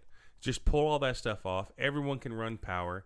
Then we can be on more a natural resource rather than coal or whatever we want. But Tennessee's greedy. Well, and if they're running in and they want that money, or and that's the problem. It comes down to bureaucracy. Well, I get the premise. I get the premise on a national defense, for lack of a better word, that the grids need to run across lines. Yes, but Georgia shouldn't pay us if we produce more power than Georgia, and we're pushing power into Georgia. But I don't. They should be saying thank you, and Tennessee shouldn't be like, I want some money. Like, that's stupid. Just put a big old switch on the state line. If there's a real issue, you send some tech out there, throw the switch, and now Tennessee power can go to Georgia. So the theoretical I'm throwing out there is, so you have Tennessee power and Georgia power, and between the two they are connected, but you have a big old switch right there. Turn it off. And if Georgia's having a problem and they need some help, somebody goes out there, flips the switch on, and then they pay for the power from Tennessee instead of automatically doing it and making it this balancing act game where it's I want to send to you so I can make so much money this month or whatever it is. But I don't know. I mean, it sounds like a good idea. I just don't. Yeah, I'm not I'll have to smart call my enough friend about it. to know if that's possible. So I think they're more working on like the real time of power distribution. right. I'm not trying to insinuate that what you're describing, Max, is a problem. I would just say that's 49% of the problem. I think at least 51% of the problem is the fossil fuel industry at large doesn't want to see this to happen. Absolutely. So like, I am completely like, I'm convinced that you know what you're talking about, and like I had never heard of that before, and it sounds legitimate to me, truly. But at the end of the day, the Exxons, the BPs, all the fossil fuel folks that have a hand in the cookie jar never want to see this happen, and there's no reason for the automobile industry to shake any of that nonsense up at all, because Ford's had patents for this stuff for decades. Yeah. Like, there's research out there. Well, that goes back to term limits. That politician doesn't want to piss off Exxon and not get that extra bonus check. If he knows he wasn't have a job next year and he wasn't going to get the bonus check because he doesn't have that job, then why would he allow that to happen? Like, I don't disagree, what I mean? but the I think concern that goes into Right. term limits. The concern I have with that, though, is that's where I was going to go. Is that they would buy the next no talent ass clown that would be in there. They would, So- but that person that was going to leave, they know that it doesn't matter. They're going to be out after this term. So, but that mindset's the problem. That mindset exactly is the problem. This is the end of my term. They talk about it with the president all the time. That second term, they do a lot more stuff They go a lot more extreme on their ideas than they do on the first term, because the first term they want to keep middle of the road so they can keep their job. Sure. Second term they get crazy because they can't lose. Right, because I can't get the job again, so what the fuck's it matter? And so while on one side of that, yes, that makes it an issue for the lobby groups and all the people that have built up this relationship. Well, now we got to start on the next guy and get the next guy in and then go there. But it works the other way as well. So that, fuck, I just lost it. Jesus Christ. It works both ways. One issue I kind of ran into recently with the no talent ass clown, and talking of the falling gas prices. You've got Russia and OPEC essentially been trying to set prices because oil prices have been falling. Read an article recently. Trump kept touting that, I'm going to fill up the National Strategic Reserves, which article I read said that he has not done whatsoever. He was like, we're going to save so much money, with oil prices being low, we're going to stock up our national stockpile. It hasn't happened. But then now he's touted it more like, this is just a big tax break for Americans. When he's before touted that this is, we're now the number one oil producer in the world, which if you're saying that means we're losing jobs because oil prices dropped. And they're like, it's great for America. It's like a tax break because you're paying less on gas. It's great for America. There are better Republican options. Okay, so I picked up my thing. So I'm going to lose it. It's more just kind of like how. Right, he turns it to his own win. Yeah, I mean, you can make people love just about anything, putting it in the right light. So the thing I lost, I'm sorry, Sam, but the thing I lost is that, so the other side of it being, it's my second term, I don't care about getting reelected anymore. So what my constituents want, what I'm supposed to be doing, my public service is not whatever the fuck I want to do, because I have that doesn't work. No threat. That's not so. That's not typically true, because you can't pass it unilaterally without congressional approval. True, but I understand the theory of what you're saying, but right now there's not a chance that the Republicans get back control of the House at all right now. Like, that's not going to happen. Like, that will not. I will buy you a lifetime sportsman license if the Republicans gain back the House in November. That's not going to happen. Okay. So I agree with what you're saying in theory, but I mean, that's assuming that they would have both houses of Congress. But you're talking about you're insinuating the president's issue that's already in place. We're talking about all the senators and Congress people in the same animal. I mean, they don't pass bills unilaterally either, so that doesn't work. No, they don't. But they have power and function, and when they're the only real threat they have is not getting their job back. They can be impeached also. True, but I mean, you got to give me something crazy. Like, give me an example. I'm trying. I don't have one right now. Okay. If anybody else wants to. So the pushback I would give is, I understand your theoretical about that would like the idea of a term limit would potentially stop folks from making dumb decisions during their lame duck year. I'm with you theoretically on that. The problem is, though, it is atypical that all three both houses of Congress and the president are held by the same party. It is rare, and it does happen, but it's less frequent than at least one of those three being a different party. Okay, so I guess my craziest example would be, it's my last year. It doesn't really matter anymore. Okay. I'm not coming in next year. Okay. I'm not. I will be. I've probably been taking some sort of bribe the whole time, but I'm not going to care as much anymore. Okay. I'm not going to care to be low key about it. I will be obvious about it. I will take the biggest one that comes to me, and I will do what the guy says for the $2 million check. Okay. And I will vote the way I'm supposed to vote, whether it makes a difference. Because vote. You're talking about you're the president? No, I'm talking about I'm the senator. I'm the senator. Congressperson. I will vote the way the guy tells me to, because it doesn't matter anymore. I'm trying to save my retirement. I'm trying to build my retirement up so that I have my retirement. So what you're saying that is congressmen and senators, absolutely none of them have a conscience. In your hypothetical, yeah, I guess the one in particular. I think it would be a little more different that they. I mean, I think people go into politics with a genuine, I want to help the country out. Like I don't believe I'm sure there are people out there that just go in it because My daddy was a senator. I'm going to go be a senator too. And I'm sure there's a lot of that. But I think that there's a lot of people that want to be civil servants and want to help out and are doing it because they actually feel they can help out. And then they get caught up in the politics and they just become another sheep like all the rest of them. If they didn't have term limits, then they could be like, I'm here to help out. I'm going to do it. I'm not getting reelected anyway. I've got 10 years. I got to get it if I got to do what I said I was going to do. I could see that. I don't think Trump is a good example of a person that wanted to be a civil servant. No, he just wanted to be president. Yeah, I agree.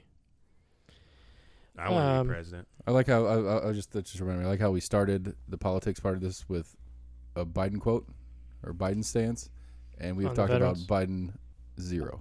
We can go back to him if you want to. I just thought no. I was just no. It just. I'm happy to go back to him. See, I disagree. I think it's because it's touching your person. That's the video feed that I'm seeing here. Yeah. You're welcome. I've worked really hard to get that set up. I'm very thankful for that. Thank you, Zoom. Okay, so one of the Biden things that came out where he said that Trump wants to get rid of the VA and privatize veteran insurance. That would be wonderful.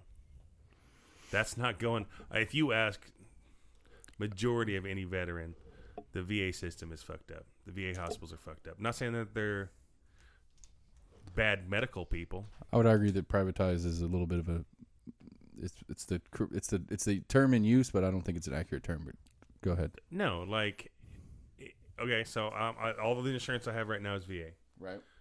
If I get hurt or whatever, I have to go to, unless it's a emergency, I have to go to the VA. I have to get an appointment. I've been trying to get an appointment for my thyroid for 2 months now because I don't have insurance. And they're like, oh, well, we can't get you in right now. And it's like, if I was on normal insurance, I could get into my doctor in less than 2 months. I agree with that. Yeah, no, I don't. I mean, I'm not disagreeing with the premise of what you're getting at. I just don't.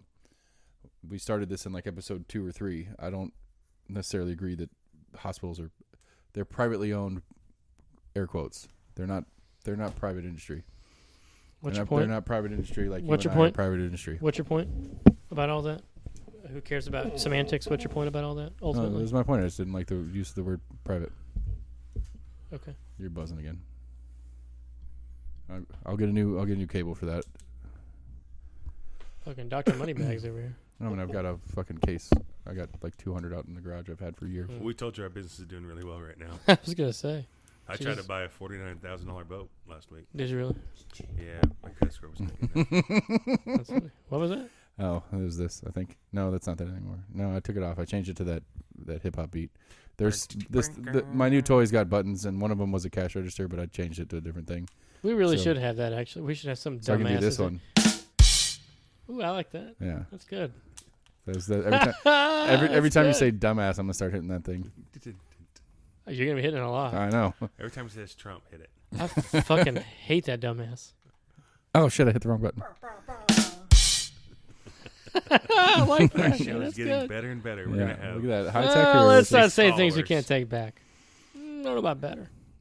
But in fairness, it can only go. The only direction it can go is up. I mean, at this point, like, it can't get much worse. My wife has listened to all our podcasts. I'm so sorry, Jennifer. Jesus Christ, you deserve so much better. She's not. No, we're way too far in it. She has not gotten this far. Like she heard that before. She has listened to. I didn't say listen to all of it. Okay. She's like, I got about 5 minutes in. She's tired of hearing me. Probably. You're talking for the first 4.5 minutes. That's what I do. All right. Do we want to talk about Biden? I mean, okay, and we were going to shift over to infrastructure. That was one of his things. VA. Okay. I don't know if Trump has anything about the VA. I mean, again. No, Biden said we need to take care of veterans. Trump wants to privatize the VA. So you're in the Cliff Notes version of this issue, you're on the Trump train. I'm on Trump on that. Yeah. Let me see that. Assuming that that's what Trump's stance is. Well, that's what Biden said, so it must be true, right? I don't know. I mean, I'm not dying on the Joe Biden hill. He woke up from his dementia for a second and said something. Talking about Trump? No, molesting Biden. a little girl. I don't know. I think Trump's got a little bit of that too. Probably. I'm looking. I'm on my guy's site right now, trying to pull up his VA. Nothing you could say could take me away from my God. Are you doing the Whoopi Goldberg? Mm-hmm. My version God. of it? Since we did get into religion today. All right. Well, my tablet sucks. You have to have internet for it. All right, so here's something. We can. This is a topic about Biden we can probably all get on board about, or just on board about to discuss. Let's put it like that. Okay. JoeBiden.com on his issues tab, gun control. All right. Couple bullet points. Hold gun manufacturers accountable. Stupid. Or what? Hold on a minute. This law, the Protection of Lawful Commerce and Arms Act, gun manufacturers lobbied Congress to secure its package. This law protects manufacturers from being held civilly liable for their products, a protection granted to no other industry. That's I agree with that. Biden- Biden wants to get that passed? no. That's what's in place. He's wanting to take apart. Biden will prioritize repealing this protection. Right. So It's he a wants to hold Glock. See, I need to look up the there's actual... two parts. There's two parts. Is Go that with the way it's phrased is a little unclear. Is I agree. the I'm not sure how the act says it officially, but it's right. People, same as tobacco companies, we're a little different than tobacco companies, but the same idea is that if a gun is used, people are suing the gun manufacturer for the use of the gun. Now there's one way that makes sense logically, is that if the gun malfunctions, like if we're just out at the range shooting and the gun blows up and destroys my hand, I should be able to sue the gun manufacturer because they made a fucked up gun. Yeah, if it was a fucked up gun and not But you're a dumbass because you didn't if clean your gun. I shoot AC with my gun, AC's family should have no right to sue the gun manufacturer for the gun working correctly.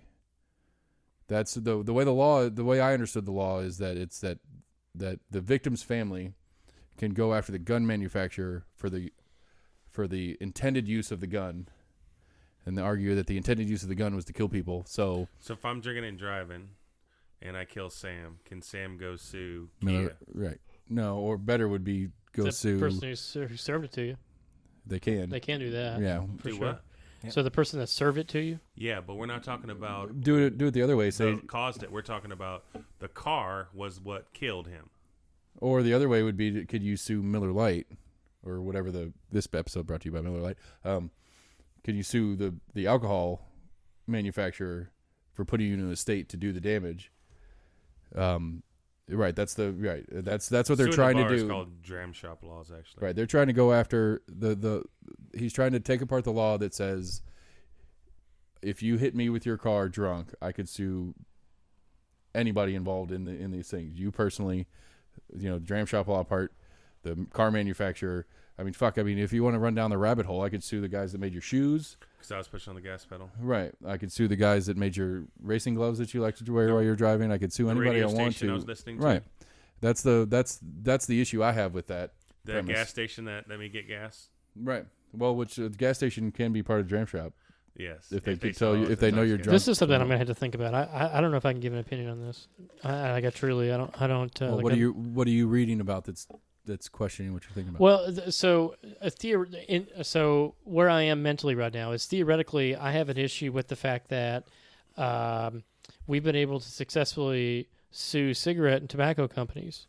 But their intended use did the harm to the individual using them versus the intended use of the gun did harm to another person. So that was the decision of the third party that separates it. Secondhand smoke also causes cancer. Okay. So then I could see going after the smokers. As well as, I don't know. I don't necessarily agree with that on the same premise. well, you said necessarily, which means that you could be convinced of it. So, I mean, I'm saying that I don't see how we like people have sued McDonald's for hot coffee. Like that's an actual thing. Right. I did that. I saw that case. I studied that case actually at the coffee, but that's also a situation. Yeah. So, as a person that's trying to be like, that's attempting to be philosophically consistent here, I don't know how I can. I feel like that those of us that like guns are saying we like guns, and then we're working backwards to try to justify the fact that this is not a thing. Does that make sense? Like, I feel like that like I'm a pro gun guy. Like if hunting is no longer a thing, man, I'm gonna be fucking furious. And whoever's in office that's voting to remove that, we got to find somebody else to replace them. That said, I also feel like I need to be a little honest and say that I feel like that I have made my decision about whether or not this thing we shouldn't be able to sue these companies, and I've worked backwards to try to fill in the holes and make the argument, if that makes sense. So I don't know where I am right now about whether or not this should be a thing. But like I don't see it plausible that you would sue a gun manufacturer for an individual's decision. Well, to go to your McDonald's example, did they sue JFG or No, Maxwell House? The Was whole that thing part of the with lawsuit? The whole thing with the coffee is the coffee was extremely hot Yeah, that's what somebody told me. It was actually like she got 3rd-degree burns on the inside of her thighs, and what she sued McDonald's for was her medical bills. Her medical bills. She wasn't. The original part of the lawsuit was not for like pain and suffering. Like, oh, I just got burnt. She had over like $300,000 in medical bills. She had to have grafts on the inside of her thighs, and so it wasn't just like, oh, I got some coffee spilled on me, I'm suing McDonald's. She was originally suing just for medical bills. Then obviously that turned into a little bit more, but the original lawsuit was just for medical bills. But like people just hear someone spilled coffee on them, sued McDonald's. Well, just like if I'm in McDonald's and I slip on the floor and hurt myself because they had wet floor and not a wet floor sign, they're liable for that because they didn't protect me on their premise. Just like if some random kid climbs in my tree and falls out of the tree, they can sue my homeowner's insurance. It's not my fault, but it was on my property. But guns, on the other hand, if I own a gun and I shoot somebody, the person that I shot should sue me or my homeowner's insurance, not Kimber, not Remington. They have no control over that. Because in that case, just outlaw all guns, right? Wrong. So, my libertarian guy's gun control. People have the unfettered right to own and possess guns and other weapons. That is what private property is all about. It is also what the right of self-defense is all about. People have the right to defend themselves from murderers, rapists, robbers, and anyone else who intends to use force against them. Equally important, people have the right to defend themselves from the tyranny of their own government. That's what our ancestors had in mind when they enacted the Second Amendment. Who is this person? Jacob Hornberger, libertarian for president. Okay, first of all, first 4 sentences is nonsense. He used the phrase to describe this private property. Mm-hmm. Private property is also your private property real estate out there, and if you have a pool and I fall in it, I can sue you. So that's dumb. Like he needs to phrase that better. Okay. 4 sentences in, he's already fucked it up. Was he alluding to the firearms themselves? I think so. Well, this is his gun control. It's dumb. I mean, he's got. I'm trying to track what you're saying here. So I'm super pro gun. I think it's stupid to limit magazine size and all that stuff. But I also think that someone should own a bazooka. Someone shouldn't be able to buy landmines. Right. Like someone shouldn't own a tank. Right. Yeah. Like I agree. I'm pro guns, but there's a line. Like there's a line. There's a line somewhere. Like I shouldn't have a gun missile in my backyard. Yeah. Just I mean, because claymores. Okay, so hold on. That's my right. I got to push back on that. Okay, so the line that says this is what private property is all about. Yeah. Okay. Well, one I wasn't intentionally tying in the lawsuit conversation as part of it, but that's fine. Why'd you bring it up? Because we were talking gun control and you were talking about Biden's stance on it, and I was bringing Hornberger's stance on it. Okay. So, it doesn't say anything in here about the lawsuit issues as far as letting individuals sue whatever. Okay. So I don't know. I get in the line of conversation how you bring the lawsuit into it, but I don't know how that line has anything to do with the lawsuit of the pool example. We didn't ask about a third party, so I'm just trying to figure out why it is that you brought him up with this particular conversation, and I assumed, apparently erroneously, but I assumed that the reason why you brought him up is to tie this into what we were talking about this particular thing that Biden was discussing. Maybe that's the second party, and the Democrats are the third party. I'm No, sure. I mean, I'm okay with it. I mean, we have 2 white males over the age of 70 that are like those are our best candidates. That's crazy. I mean, really, like those are our best. Those are our best candidates. Hornberger's like 65, so he's not close. He's not far off. Those are. But it's crazy. it's absolutely true. Like, oh, I need to figure something out. Let me find a 70-year-old man. Yeah, a 70-year-old white guy. Like really, like I'm not saying that they can't be white, but like, fuck, this is the best we've got. There's a reason why you retire at 62. You're on the downslope, right? Yeah, like fucking This go is the away. This is the best we've got that's willing to do it. That's not true. When are we gonna have like a someone like a I'm not saying Kennedy, but like Kennedy was young. He was like 45, something like that, right? AOC next year or next term. She's a little wacko for me. I agree, but I'm just saying like How old was she's Obama? already announced. Mid 40s maybe, 45 perhaps.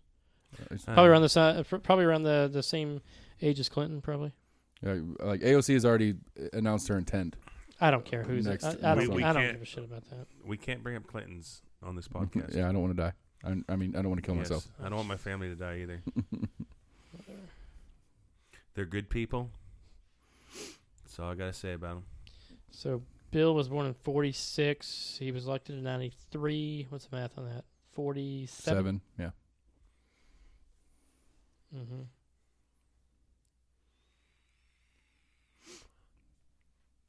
Looking up John Kennedy.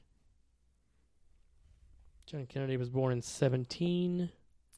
He was the 35th president of the United States in 61, which was 44. Oh, that's pretty close. Yeah. Yeah. So Clinton and Obama were roughly. And why the is same. there an age like minimum on being a president? I'm okay with that, honestly. I this is just speaking from experience. AOC. No. Sorry. Speaking from experience, I don't know if I really got not fucking dumb. Not that I'm completely not dumb now, but I don't think that I got not completely fucking dumb until I was over the age of 30. Truly. I agree with It's that. 35, right? Yeah, it's 35. So like I So you can't. don't. So 70-year-old man, yes. 34-year-old man, no. I mean, it's an arbitrary line, and you can nitpick it because there are 34-year-olds now that could probably. There are probably a lot of 34-year-olds now that could do a better job than what we've got going on. But there's also probably, well, obviously there's a ton of 70-year-olds that. How's Jack Black? If you're recommending we should have an age top out limit, I'd be okay to entertain that conversation. Like if you're over the age of 70 when you walk into office, then you cannot be a part of the. I say of the 60. That's a little young. It's not young. 70 is probably where I'd be I think comfortable. 60s. I think 50s, You're 60s is supposed to probably a retire good when range. you're in your 60s. Not start a career as president. Yeah, exactly. That's what I was Well, about that's to 'cause say. we Like, want I you don't out- want you to retire to be president. Yeah. I'm going to retire. I think I'm going to want to be We president. want you out of the workforce so What we am I get gonna another do when I'm 22-year-old in 70? there. So I got what 30 years to be run for president, get my I'm shit doing my together. golden years. Run an economy. You got a lot of scrubbing of the internet to do if I that's on do. the agenda. Jesus. Well, you got 30 years, so I guess you could figure it out. But I could just be like the Clintons and just kill a bunch of people off, clear it up that way. I mean, I was just kidding. That was a joke. I don't believe you guys killed anybody. He's not ever, joking. Ever.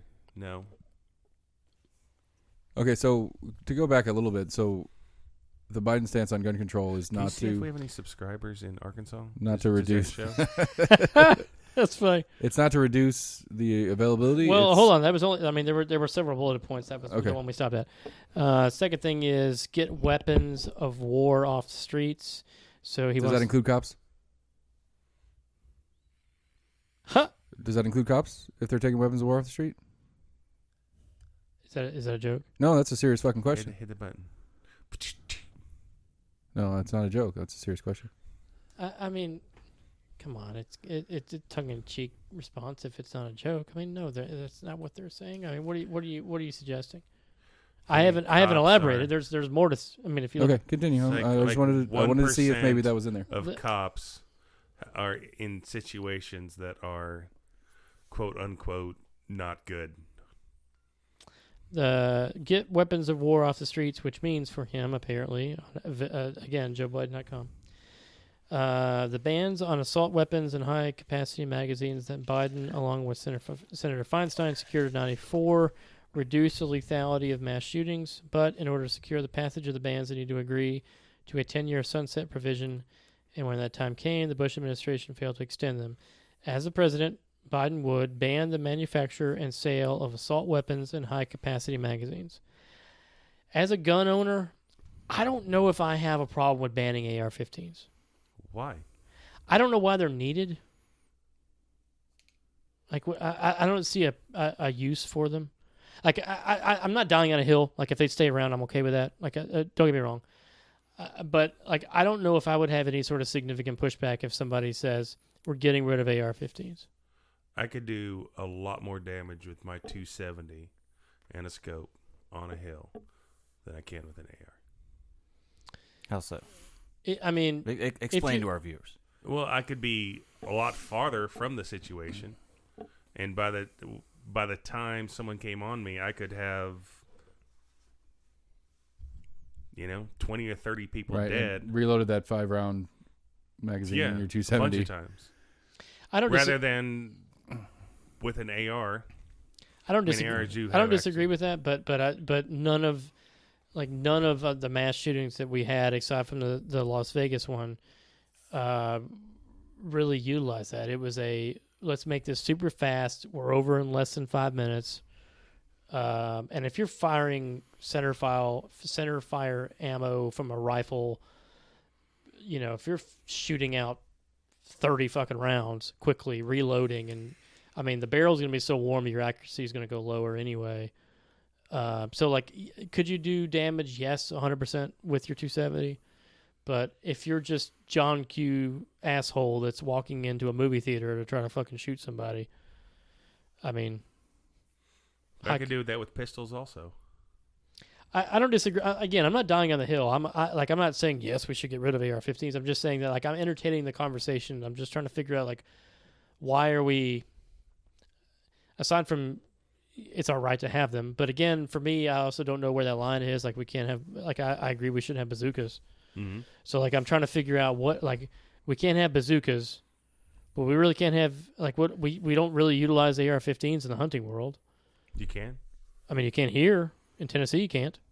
You can't use AR-15s here. You can. No, you can't. I just looked that up. You were unable to use that here.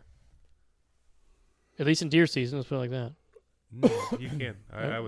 I'm happy to see that information. Yeah, I'll look that up. Okay.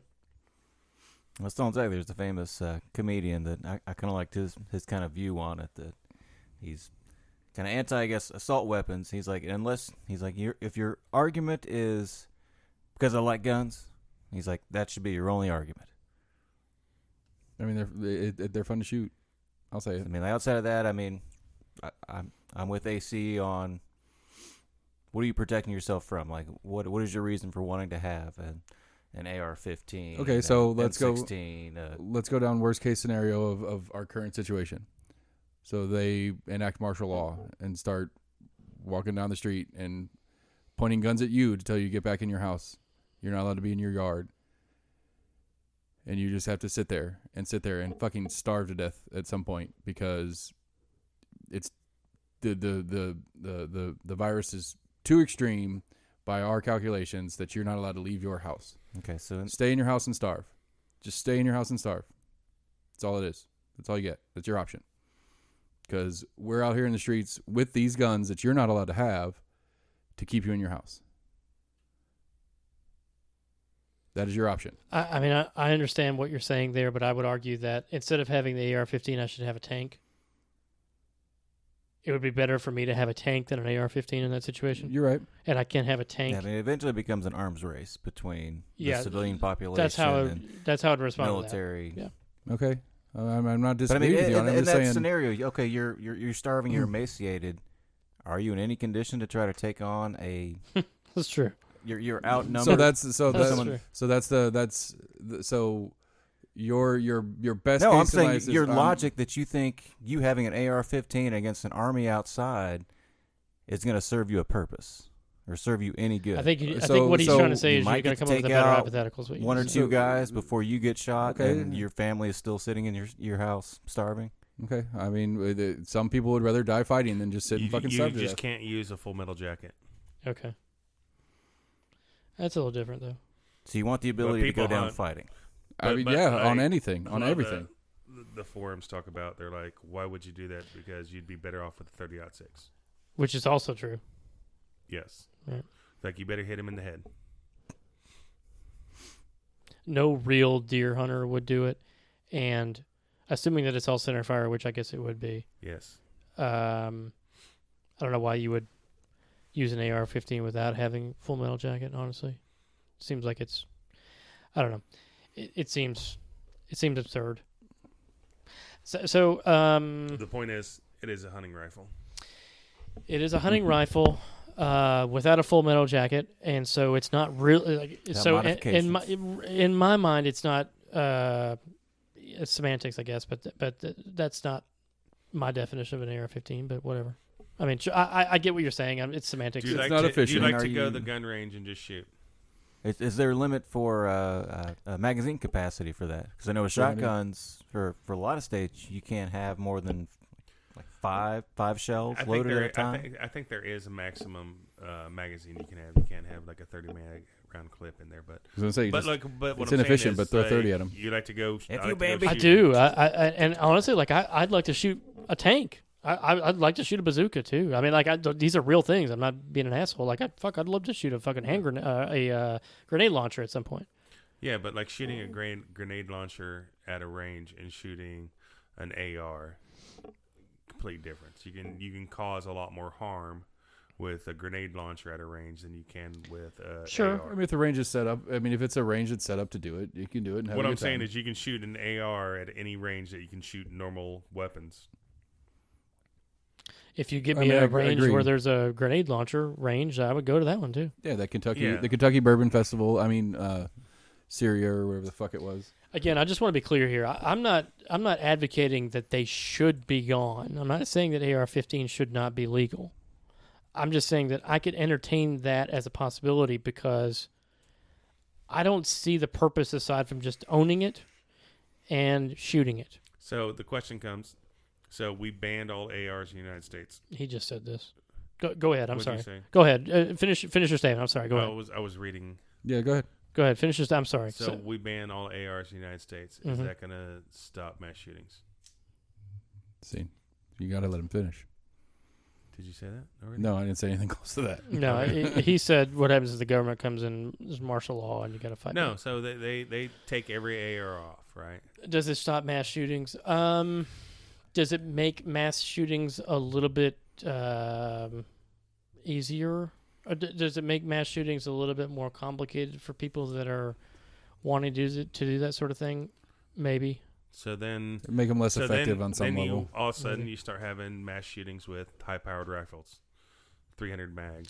I understand. You know, stuff like that. I understand And it's a then- slippery so slope. Then the I get next it. thing is, I understand. I understand we that. need to take away 300 Sure. mags. No, I get it. I know. I'm a gun owner. I get the slippery slope argument. I really do. I'm just saying that we have already granted a certain amount of slippery slopeness because we can't have a tank and we Yeah, can't have a but bazooka. We've taken away automatics. Yes. Right. Yeah. No, I get it. Like I do. I get it. I don't think we need to go any farther. That's my point. Is well, we don't need to go any farther than where we're at. Have we really drawn a line though?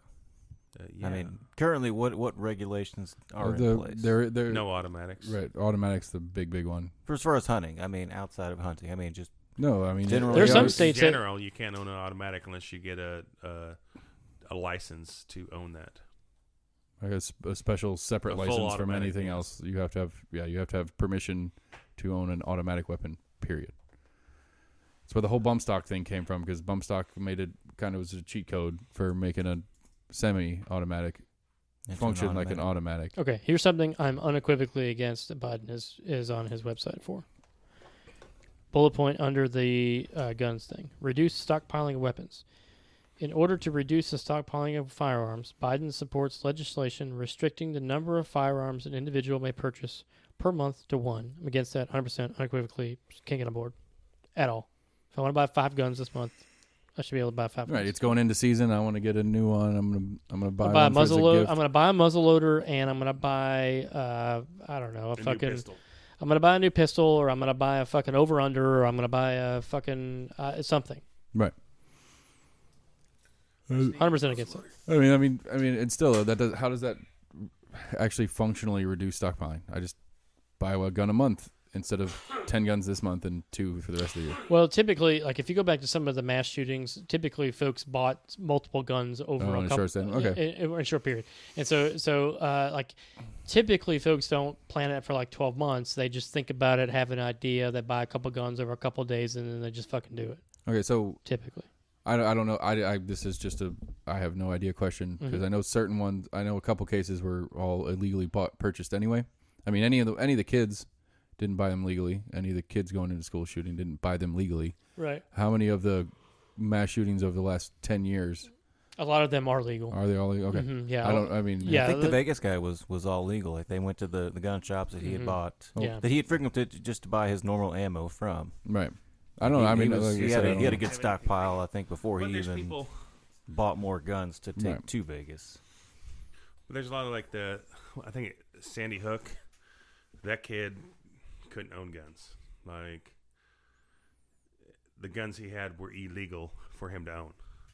Right, but the argument would be since they were legal for somebody to own, that's how he gained access to, because he wouldn't have had access if they weren't there. But the point is, if they pass a law right now, the bad guys and people that want guns are going to get guns.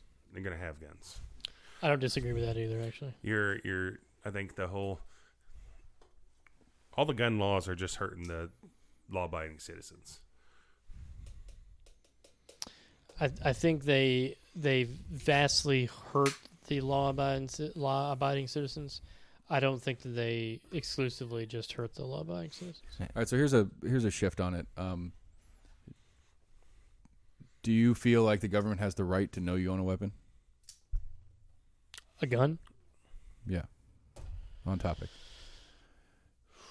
Like that you need to. I truly don't have a problem having registered. I mean, I don't have a lot of mine registered, but the ones you buy at a gun shop are registered to you. But like, I also believe that you shouldn't be able to go to a gun show, walk around a gun show, and when you walk around there, I mean, have you guys been to gun shows? Mm-hmm. There's people with a rifle on their shoulder, and they'll have a little flag and a price tag, and you can go up to the guy and be like, "Hey, how much you want for that?" All right, here's $300. All right, here you go. I'm And against that too. I'm against that. I am Like, But I can't.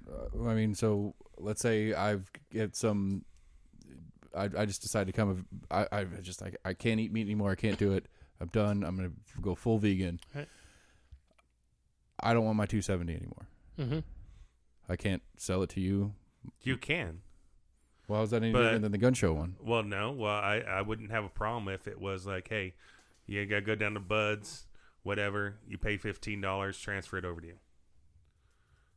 I don't have a real problem with that. I mean, I know that you being the Mr. Libertarian is like, oh, that's just another tax on me or whatever. But I really don't have a problem with that because I'm not a criminal.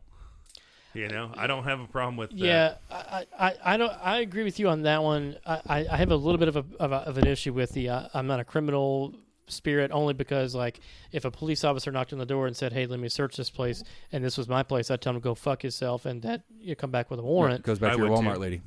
Yeah, right. So in the spirit of that sort of thing, I tell him to go eat a fucking dick and get out of here.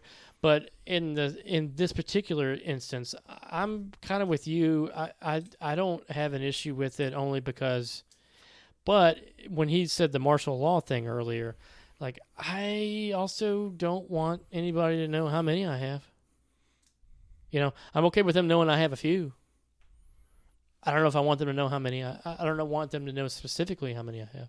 Right, specifically what you have, and Yeah, they can specifically how know many that rounds I've you got a have. 300 and a fucking 357. so you would support the idea of a one-time license A guesstimation. I've got more than Where 5, but less you're- than 10. where you can get a license, and there's no paperwork involved with it. The license has paperwork, so once you get it, you say, "I want to be a gun owner." You get your gun owner license, Yeah, And from then on, you can just go in, and it's just like when you're ID'd for booze, you just show it to them. They don't put it in the system, none of that stuff. I'm a little torn though, because like when Max was saying a second ago that he has an issue with the flag on the butt of the gun that says $400, and you can just sort of exchange it just like you're giving somebody a new pair of Chacos.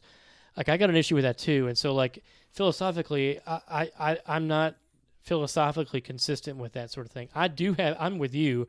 I have an issue with the fact that you can show up, and if you've got $5,000 in your hand, you can walk out with a fucking army full of guns.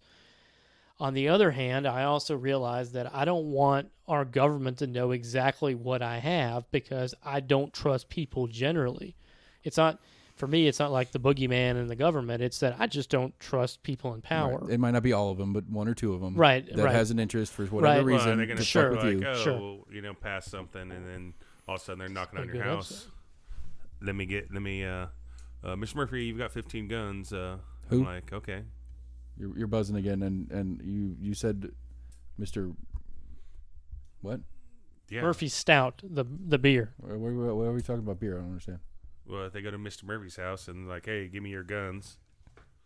Yeah. Well, I'd give them one in their forehead.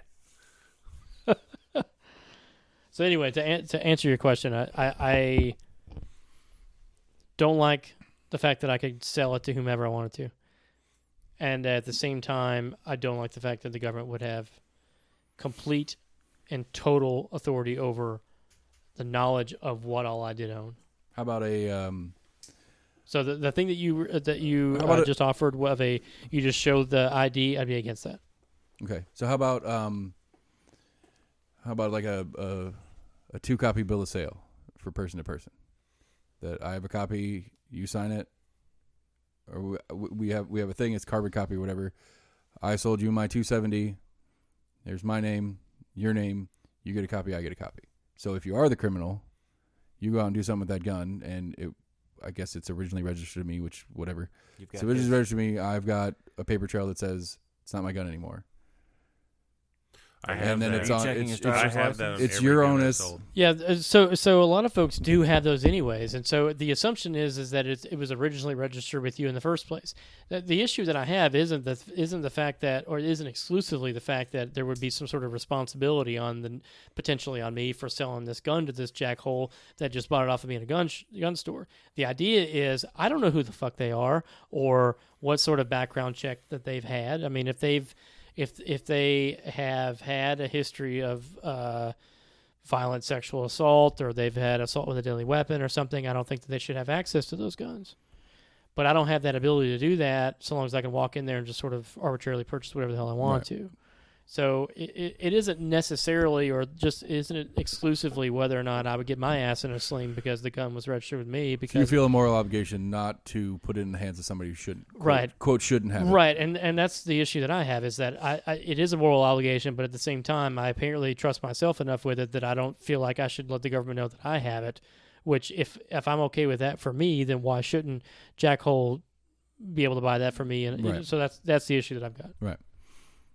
Well, I said, like all my guns that I've had, I have a little book, and I write it down. I write the serial number down, date I purchased it, and if I sell one of those guns, I don't get their social security number or their address, but I write their name and the date I sold it. So I have my little black book of all the guns I've owned, serial numbers, and when I bought it, when I sold it, just in case something comes back and a gun like that I purchased 10 years ago is found in mass shooting. They come back to me. I'm like, oh, I bought it here. I sold it to this person. I don't know if that's protecting me or not, but that's what I do. This gives you a little bit of deflection. I don't know Let's see if there's anything how else far on that this goes. website. Here's something else that I don't like. He wants to end the online sale of firearms and ammunitions. I'm okay with ending the online sale of firearms, maybe. I'm not okay with ending the online sale of ammo. That seems so foolish to me. Like, why would you want to end the online sale of ammo? You cannot buy firearms online currently. I don't know what the fuck he's talking about. Right. It has to be sold through a local store. Like, I've bought firearms online. Mm-hmm. And you have to And register. it has to be sent to a gun shop.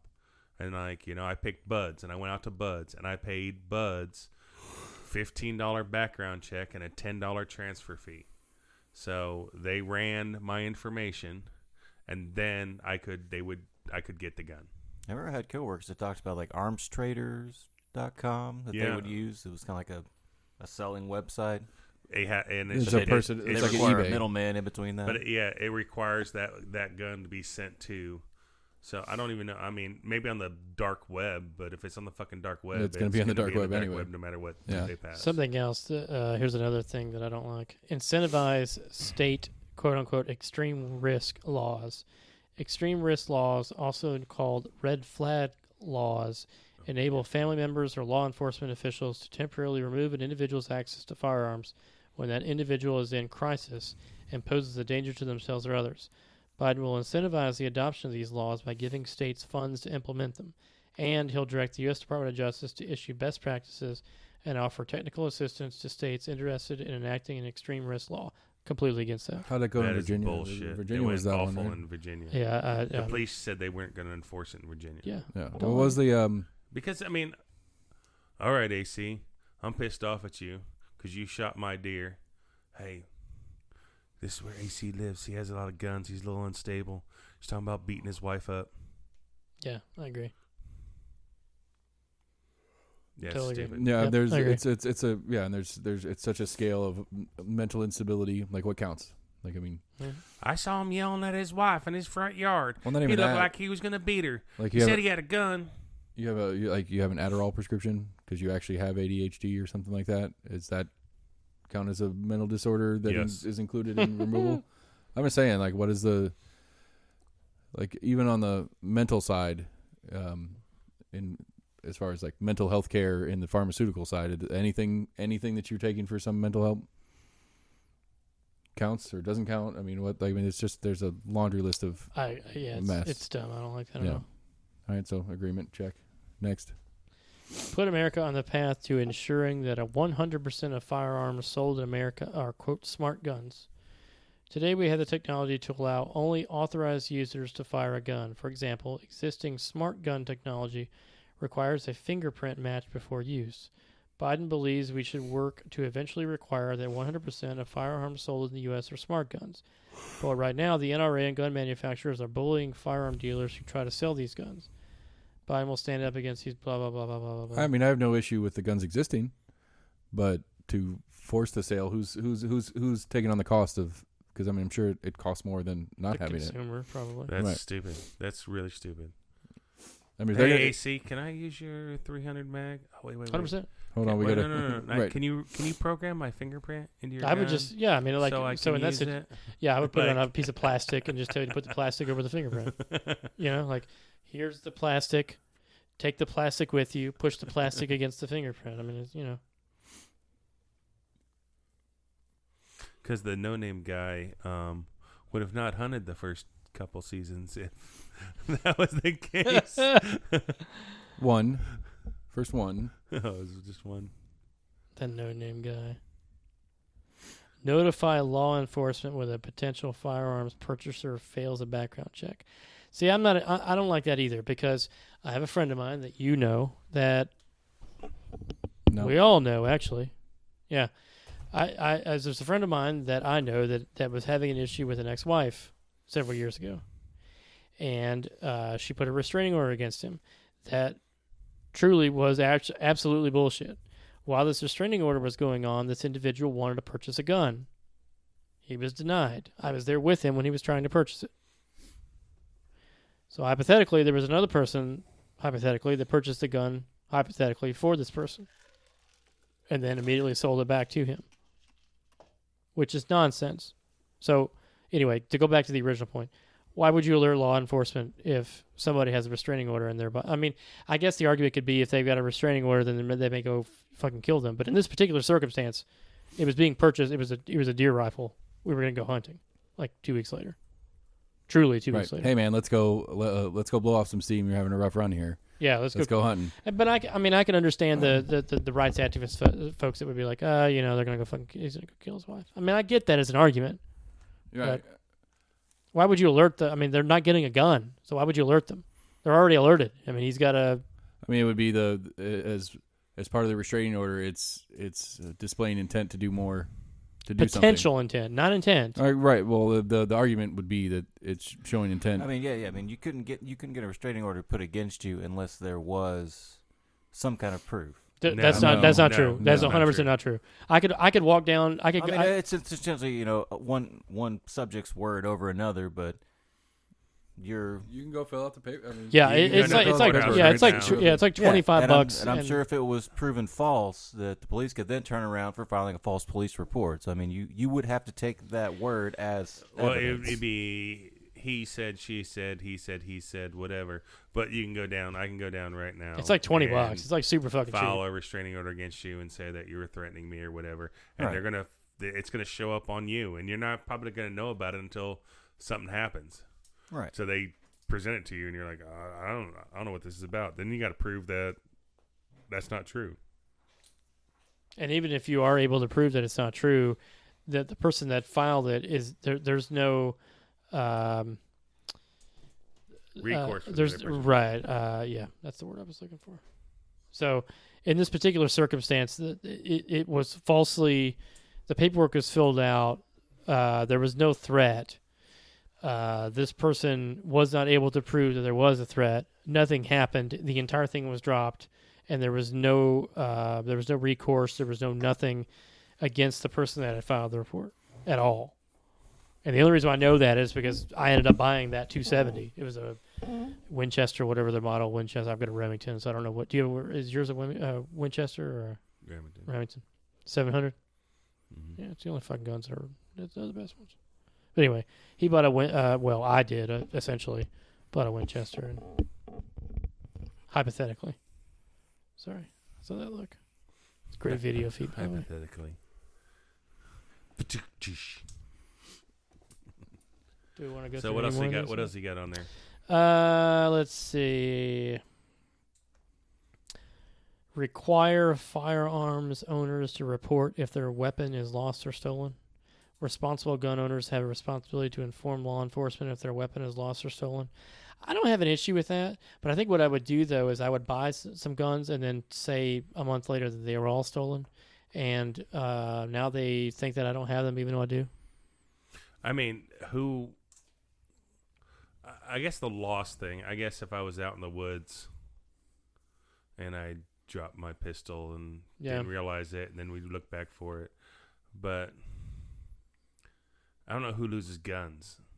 A responsible gun owner doesn't lose guns. Well, I agree. I do agree with that. But like, if a couple months ago, TWRA had a tweet that was posted out that somebody had left a shotgun out. They were out like duck hunting or something, and they returned a shotgun to a TWRA office, and they located that individual. And so the tweet or the information report from TWRA was, "Hey, this is great that we've got responsible hunters that didn't keep the gun from a person that was an irresponsible gun owner." I don't know if I would have turned that gun in. I don't know if I would have either. Mm-hmm. I agree. But, I mean, I've had guns stolen. Well, I've had one gun stolen, and I reported immediately. So, I mean, I think most people that have something stolen, a gun stolen from them, are going to report that. Right, Yeah, because if it's stolen, they they're wouldn't already do that as if they had 50 guns and just happened to not notice. Like, oh wait, did I let Bob borrow it or let Bill borrow it? Like, fucking Jim. Whatever. Fucking Jim. But in that case, I've still got whether 49 other guns. Whether there's a law there or not, they're probably not going to know to report it. I mean, I think, and obviously in the moral side of it, they're already a criminal for stealing it. What other level of criminality is this person capable of, whoever stole it? I guess some people would just like, it was pretty. What else you got there? I got the Green Party's. That's about it. I got the Green Party's. Yeah, arms answer. let's hit it. Let's go. How much time I got left? We're at 2:15 already. Okay. At some point, I'm gonna want to smoke Yeah, we'll go a little bit longer. outside of my hotel. Are you going to support the TWRA? Howie Hawkins. Me? Yeah. Yeah, hell yes. Did you buy your tobacco in Tennessee before you left? I did. I bought it at the Pilot gas station off of Chapman Highway. Awesome. All right. Howie Hawkins, Green Party candidate for president. The arms industry heading. The arms monopolies are characterized by influential warmongering and corresponding war profits, as well as price gouging and systematic corruption, they should be converted to nonprofit public enterprises. What does that mean? That means they want the government to actually control the manufacture and sale of guns. Is what I read. And you're for this guy? No, I'm just the original premise of this show was we were going to get his stances from all the candidates. That should be enough right there. Like, I read enough from Biden on his gun thing that I'm like, this motherfucker is going to have to give me some really good shit between now and November to not write in somebody. Right. I'm fucking serious. Like, Bernie, you gonna write in Bernie? I'll write in Daffy Duck. I mean, fuck it. I'm saying that, but that's Howie Hawkins, the Green Party candidate's. Yeah, what else does arms this loser stance. have? Big Pharma has failed to serve the public interest as Blah, blah. a profit-oriented industry. It has gouged consumers with monopolies Agreed. pricing. Its business model is centered on pushing addictive opioids and patent-protected medicines for Also chronic agreed. conditions. It has abandoned research and development of less lucrative short-term treatments, notably the antibiotic-resistant superbugs. What's the point? I don't fucking know. I'm just reading off this fucking I'm not website. mad at you, goddammit. I'm just saying. That's all information that we know. I mean, That's not a stance. well, again, what Those I are read, facts. what I read out of it is they use the words a couple times about water is blue. profit orientation is Sky the issue. is blue. That Mountains says nothing. really tall. That's less than fucking politician speak. That's nonsense is what that is.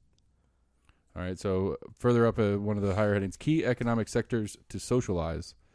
If I run, my campaign would call for the socialization of key economic sectors, including, and then what I said underneath it, I didn't read his page correctly. So both Big Pharma and the gun industry are industries that he would want to socialize. And then he reasons why. I'm against the gun socialization aspect. I'm not gonna say I'm on board with the Big Pharma thing, but we've got some real fucking problems there. There is a big problem with We can't go down Big Pharma. We don't have time. Big Pharma. Okay, But- I'm just saying. No, I don't disagree. But with I mean, I hate to say it, Big Pharma make a lot of money. There's no doubt about that. Okay. But they also, I'm sure, pay their scientists. Like, that's a great job to have, to try to create new vaccines and medicines. And if you socialize it, will those scientists have the same incentives to try to create the next cancer cure or whatever? I mean, yes. I don't know. I mean, money talks. Like, if you I don't can create disagree the- with that. But you know, I don't disagree with that. But when I was doing biochem at UT, like, at the end of the day, man, like, people that are the overwhelming majority of the folks that are doing that stuff are doing it because they loved that first, and then later found like, oh shit, I can make some money on this. So I don't know, but I was just saying, Okay. it seems like, it's kind of like the whole thing before I was on commission, and when I was young and going to buy a car, I was like, oh, I don't want to go to a car dealer that's on commission. He's just gonna try to like rate me and get as much money as he can out of me and stuff like that. And then when I worked on commission, I realized that you actually usually get better deals dealing with somebody on commission because they need to get the deal done. So they're going to go the extra effort to because if they don't sell, they don't eat. Whether if you deal with somebody that's on salary, what the fuck, I don't care if you buy it today or not. Well, I think the problem though is assuming that the word the label of socializing doesn't also mean incentivizing. So like you can socialize it and have limits on or restrictions on things, but at the same time, it's incentivize the people that are working in order to motivate them to make sure that this stuff is actually done correctly. Mm-hmm. And by an example of this, I mean, it's like insulin's been around forever, and yet like Lancets, the things we use for diabetic patients, like they've been around forever, and yet they're $100 a month, which for folks that are poor can't afford that sort of thing. Yes. So like, Jesus Christ, like we don't need Big Pharma jacking that shit up because you can't buy that. Like, how many companies make what was the word? Lancets? Lancets. How many companies make Lancets? I don't. That's Hypothetically, could you get me some Penicillin. I'm tired of eating molded cheese.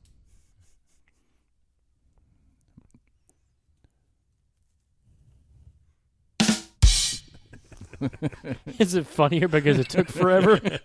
Well, I was actually debating between the applause button to fade out and call this a show or not right there, and just let it just hang in the air. That would have been good too. Yeah. Oh shit! But I mean, my issue with Big Pharma is that it's not properly competitive.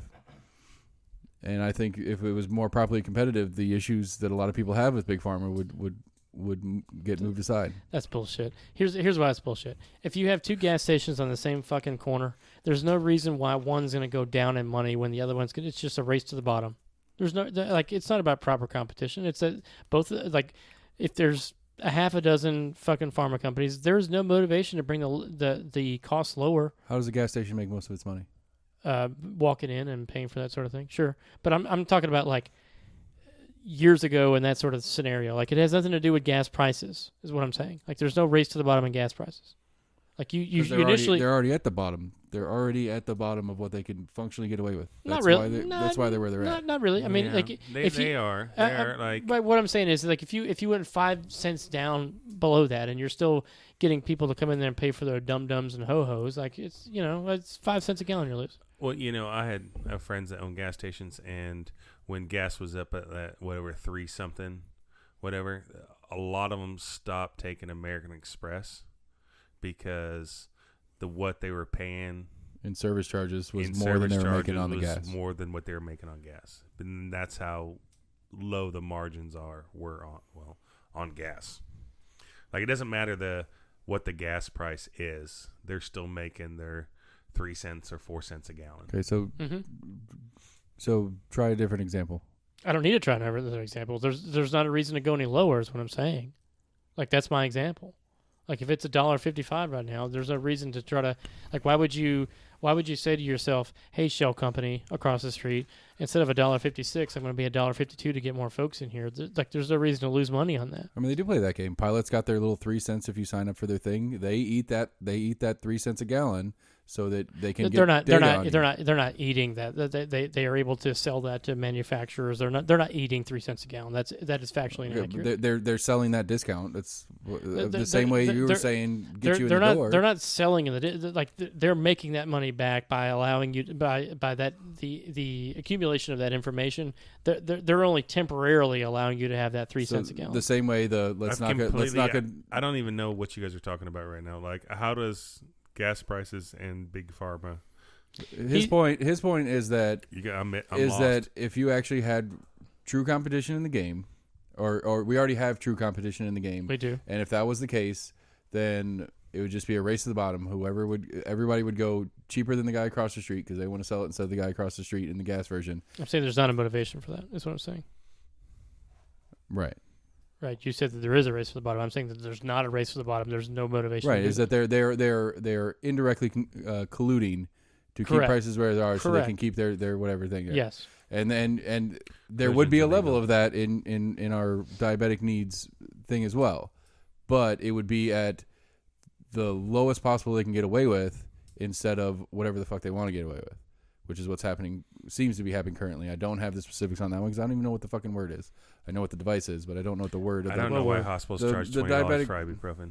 The diabetic lance or whatever you said. Right. Lancelet or Lancets. Lancelot. Sir Bless Lancelot. you. Bless you again. Have you ever sneezed? I don't know. You should have waited 5 seconds. Because you were about to start talking, I had to stop you. Well, I think it's odd. There's all these sorts of signs going down the road that they buy testing strips, used diabetic testing strips. Why? There's some method. I mean, there's something they do with them that they can turn around and sell. What do they do? Fucking gross. I don't know.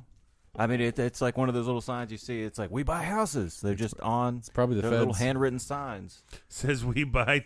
It's like we buy. I swear it's like also used, but it's we buy diabetic testing strips. It's the feds. They turn around and just get DNA in. I'm assuming they figure out some way to clean them off and reuse them. Do something different with them. I don't know. Who knows?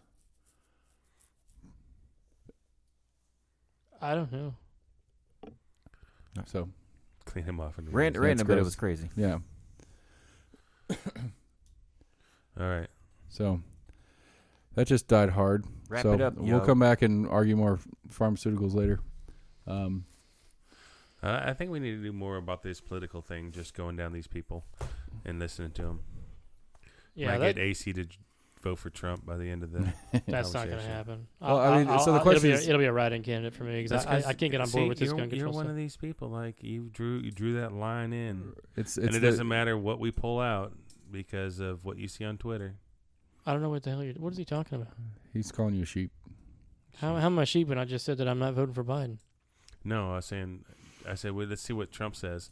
Maybe I'll get you to vote for Trump. So are we going to stay? And you said that's not going to happen. It's not and gonna- I said, so we could not present anything that might change your mind. Right. You're I have 100% convinced. Yes, I have heard enough from this guy. I have heard enough to say there's nothing that he can say to redeem himself. Yes, absolutely, 100%. So you're the inverse of I'm what not- scares the no, shit out of you, no, and I- that there is nothing he can say that's going May I to finish? stop me. May I finish? I mean, I was in the middle of a sentence, but go ahead. I mean, it wasn't a sentence. It was what you said. Go ahead. I've heard plenty enough from Trump to say that there is nothing that I can hear that can convince me to vote for this guy.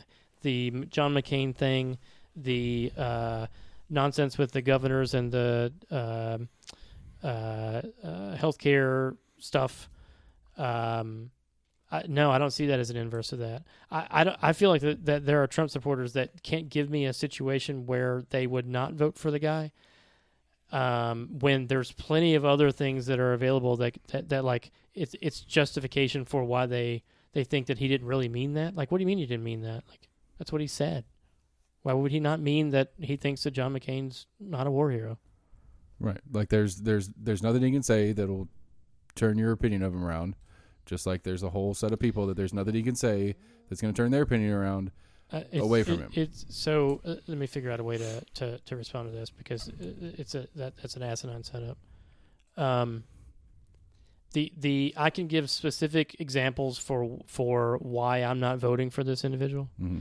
And I feel like if there are individuals that will respond by saying the reason why I won't utilize that as a reason for why I'm not voting for this person is because I don't feel like he actually meant that. Okay. And I'm saying that's philosophically disingenuous.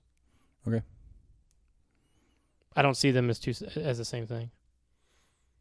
All right. Well, Word. Okay. see you guys. All right.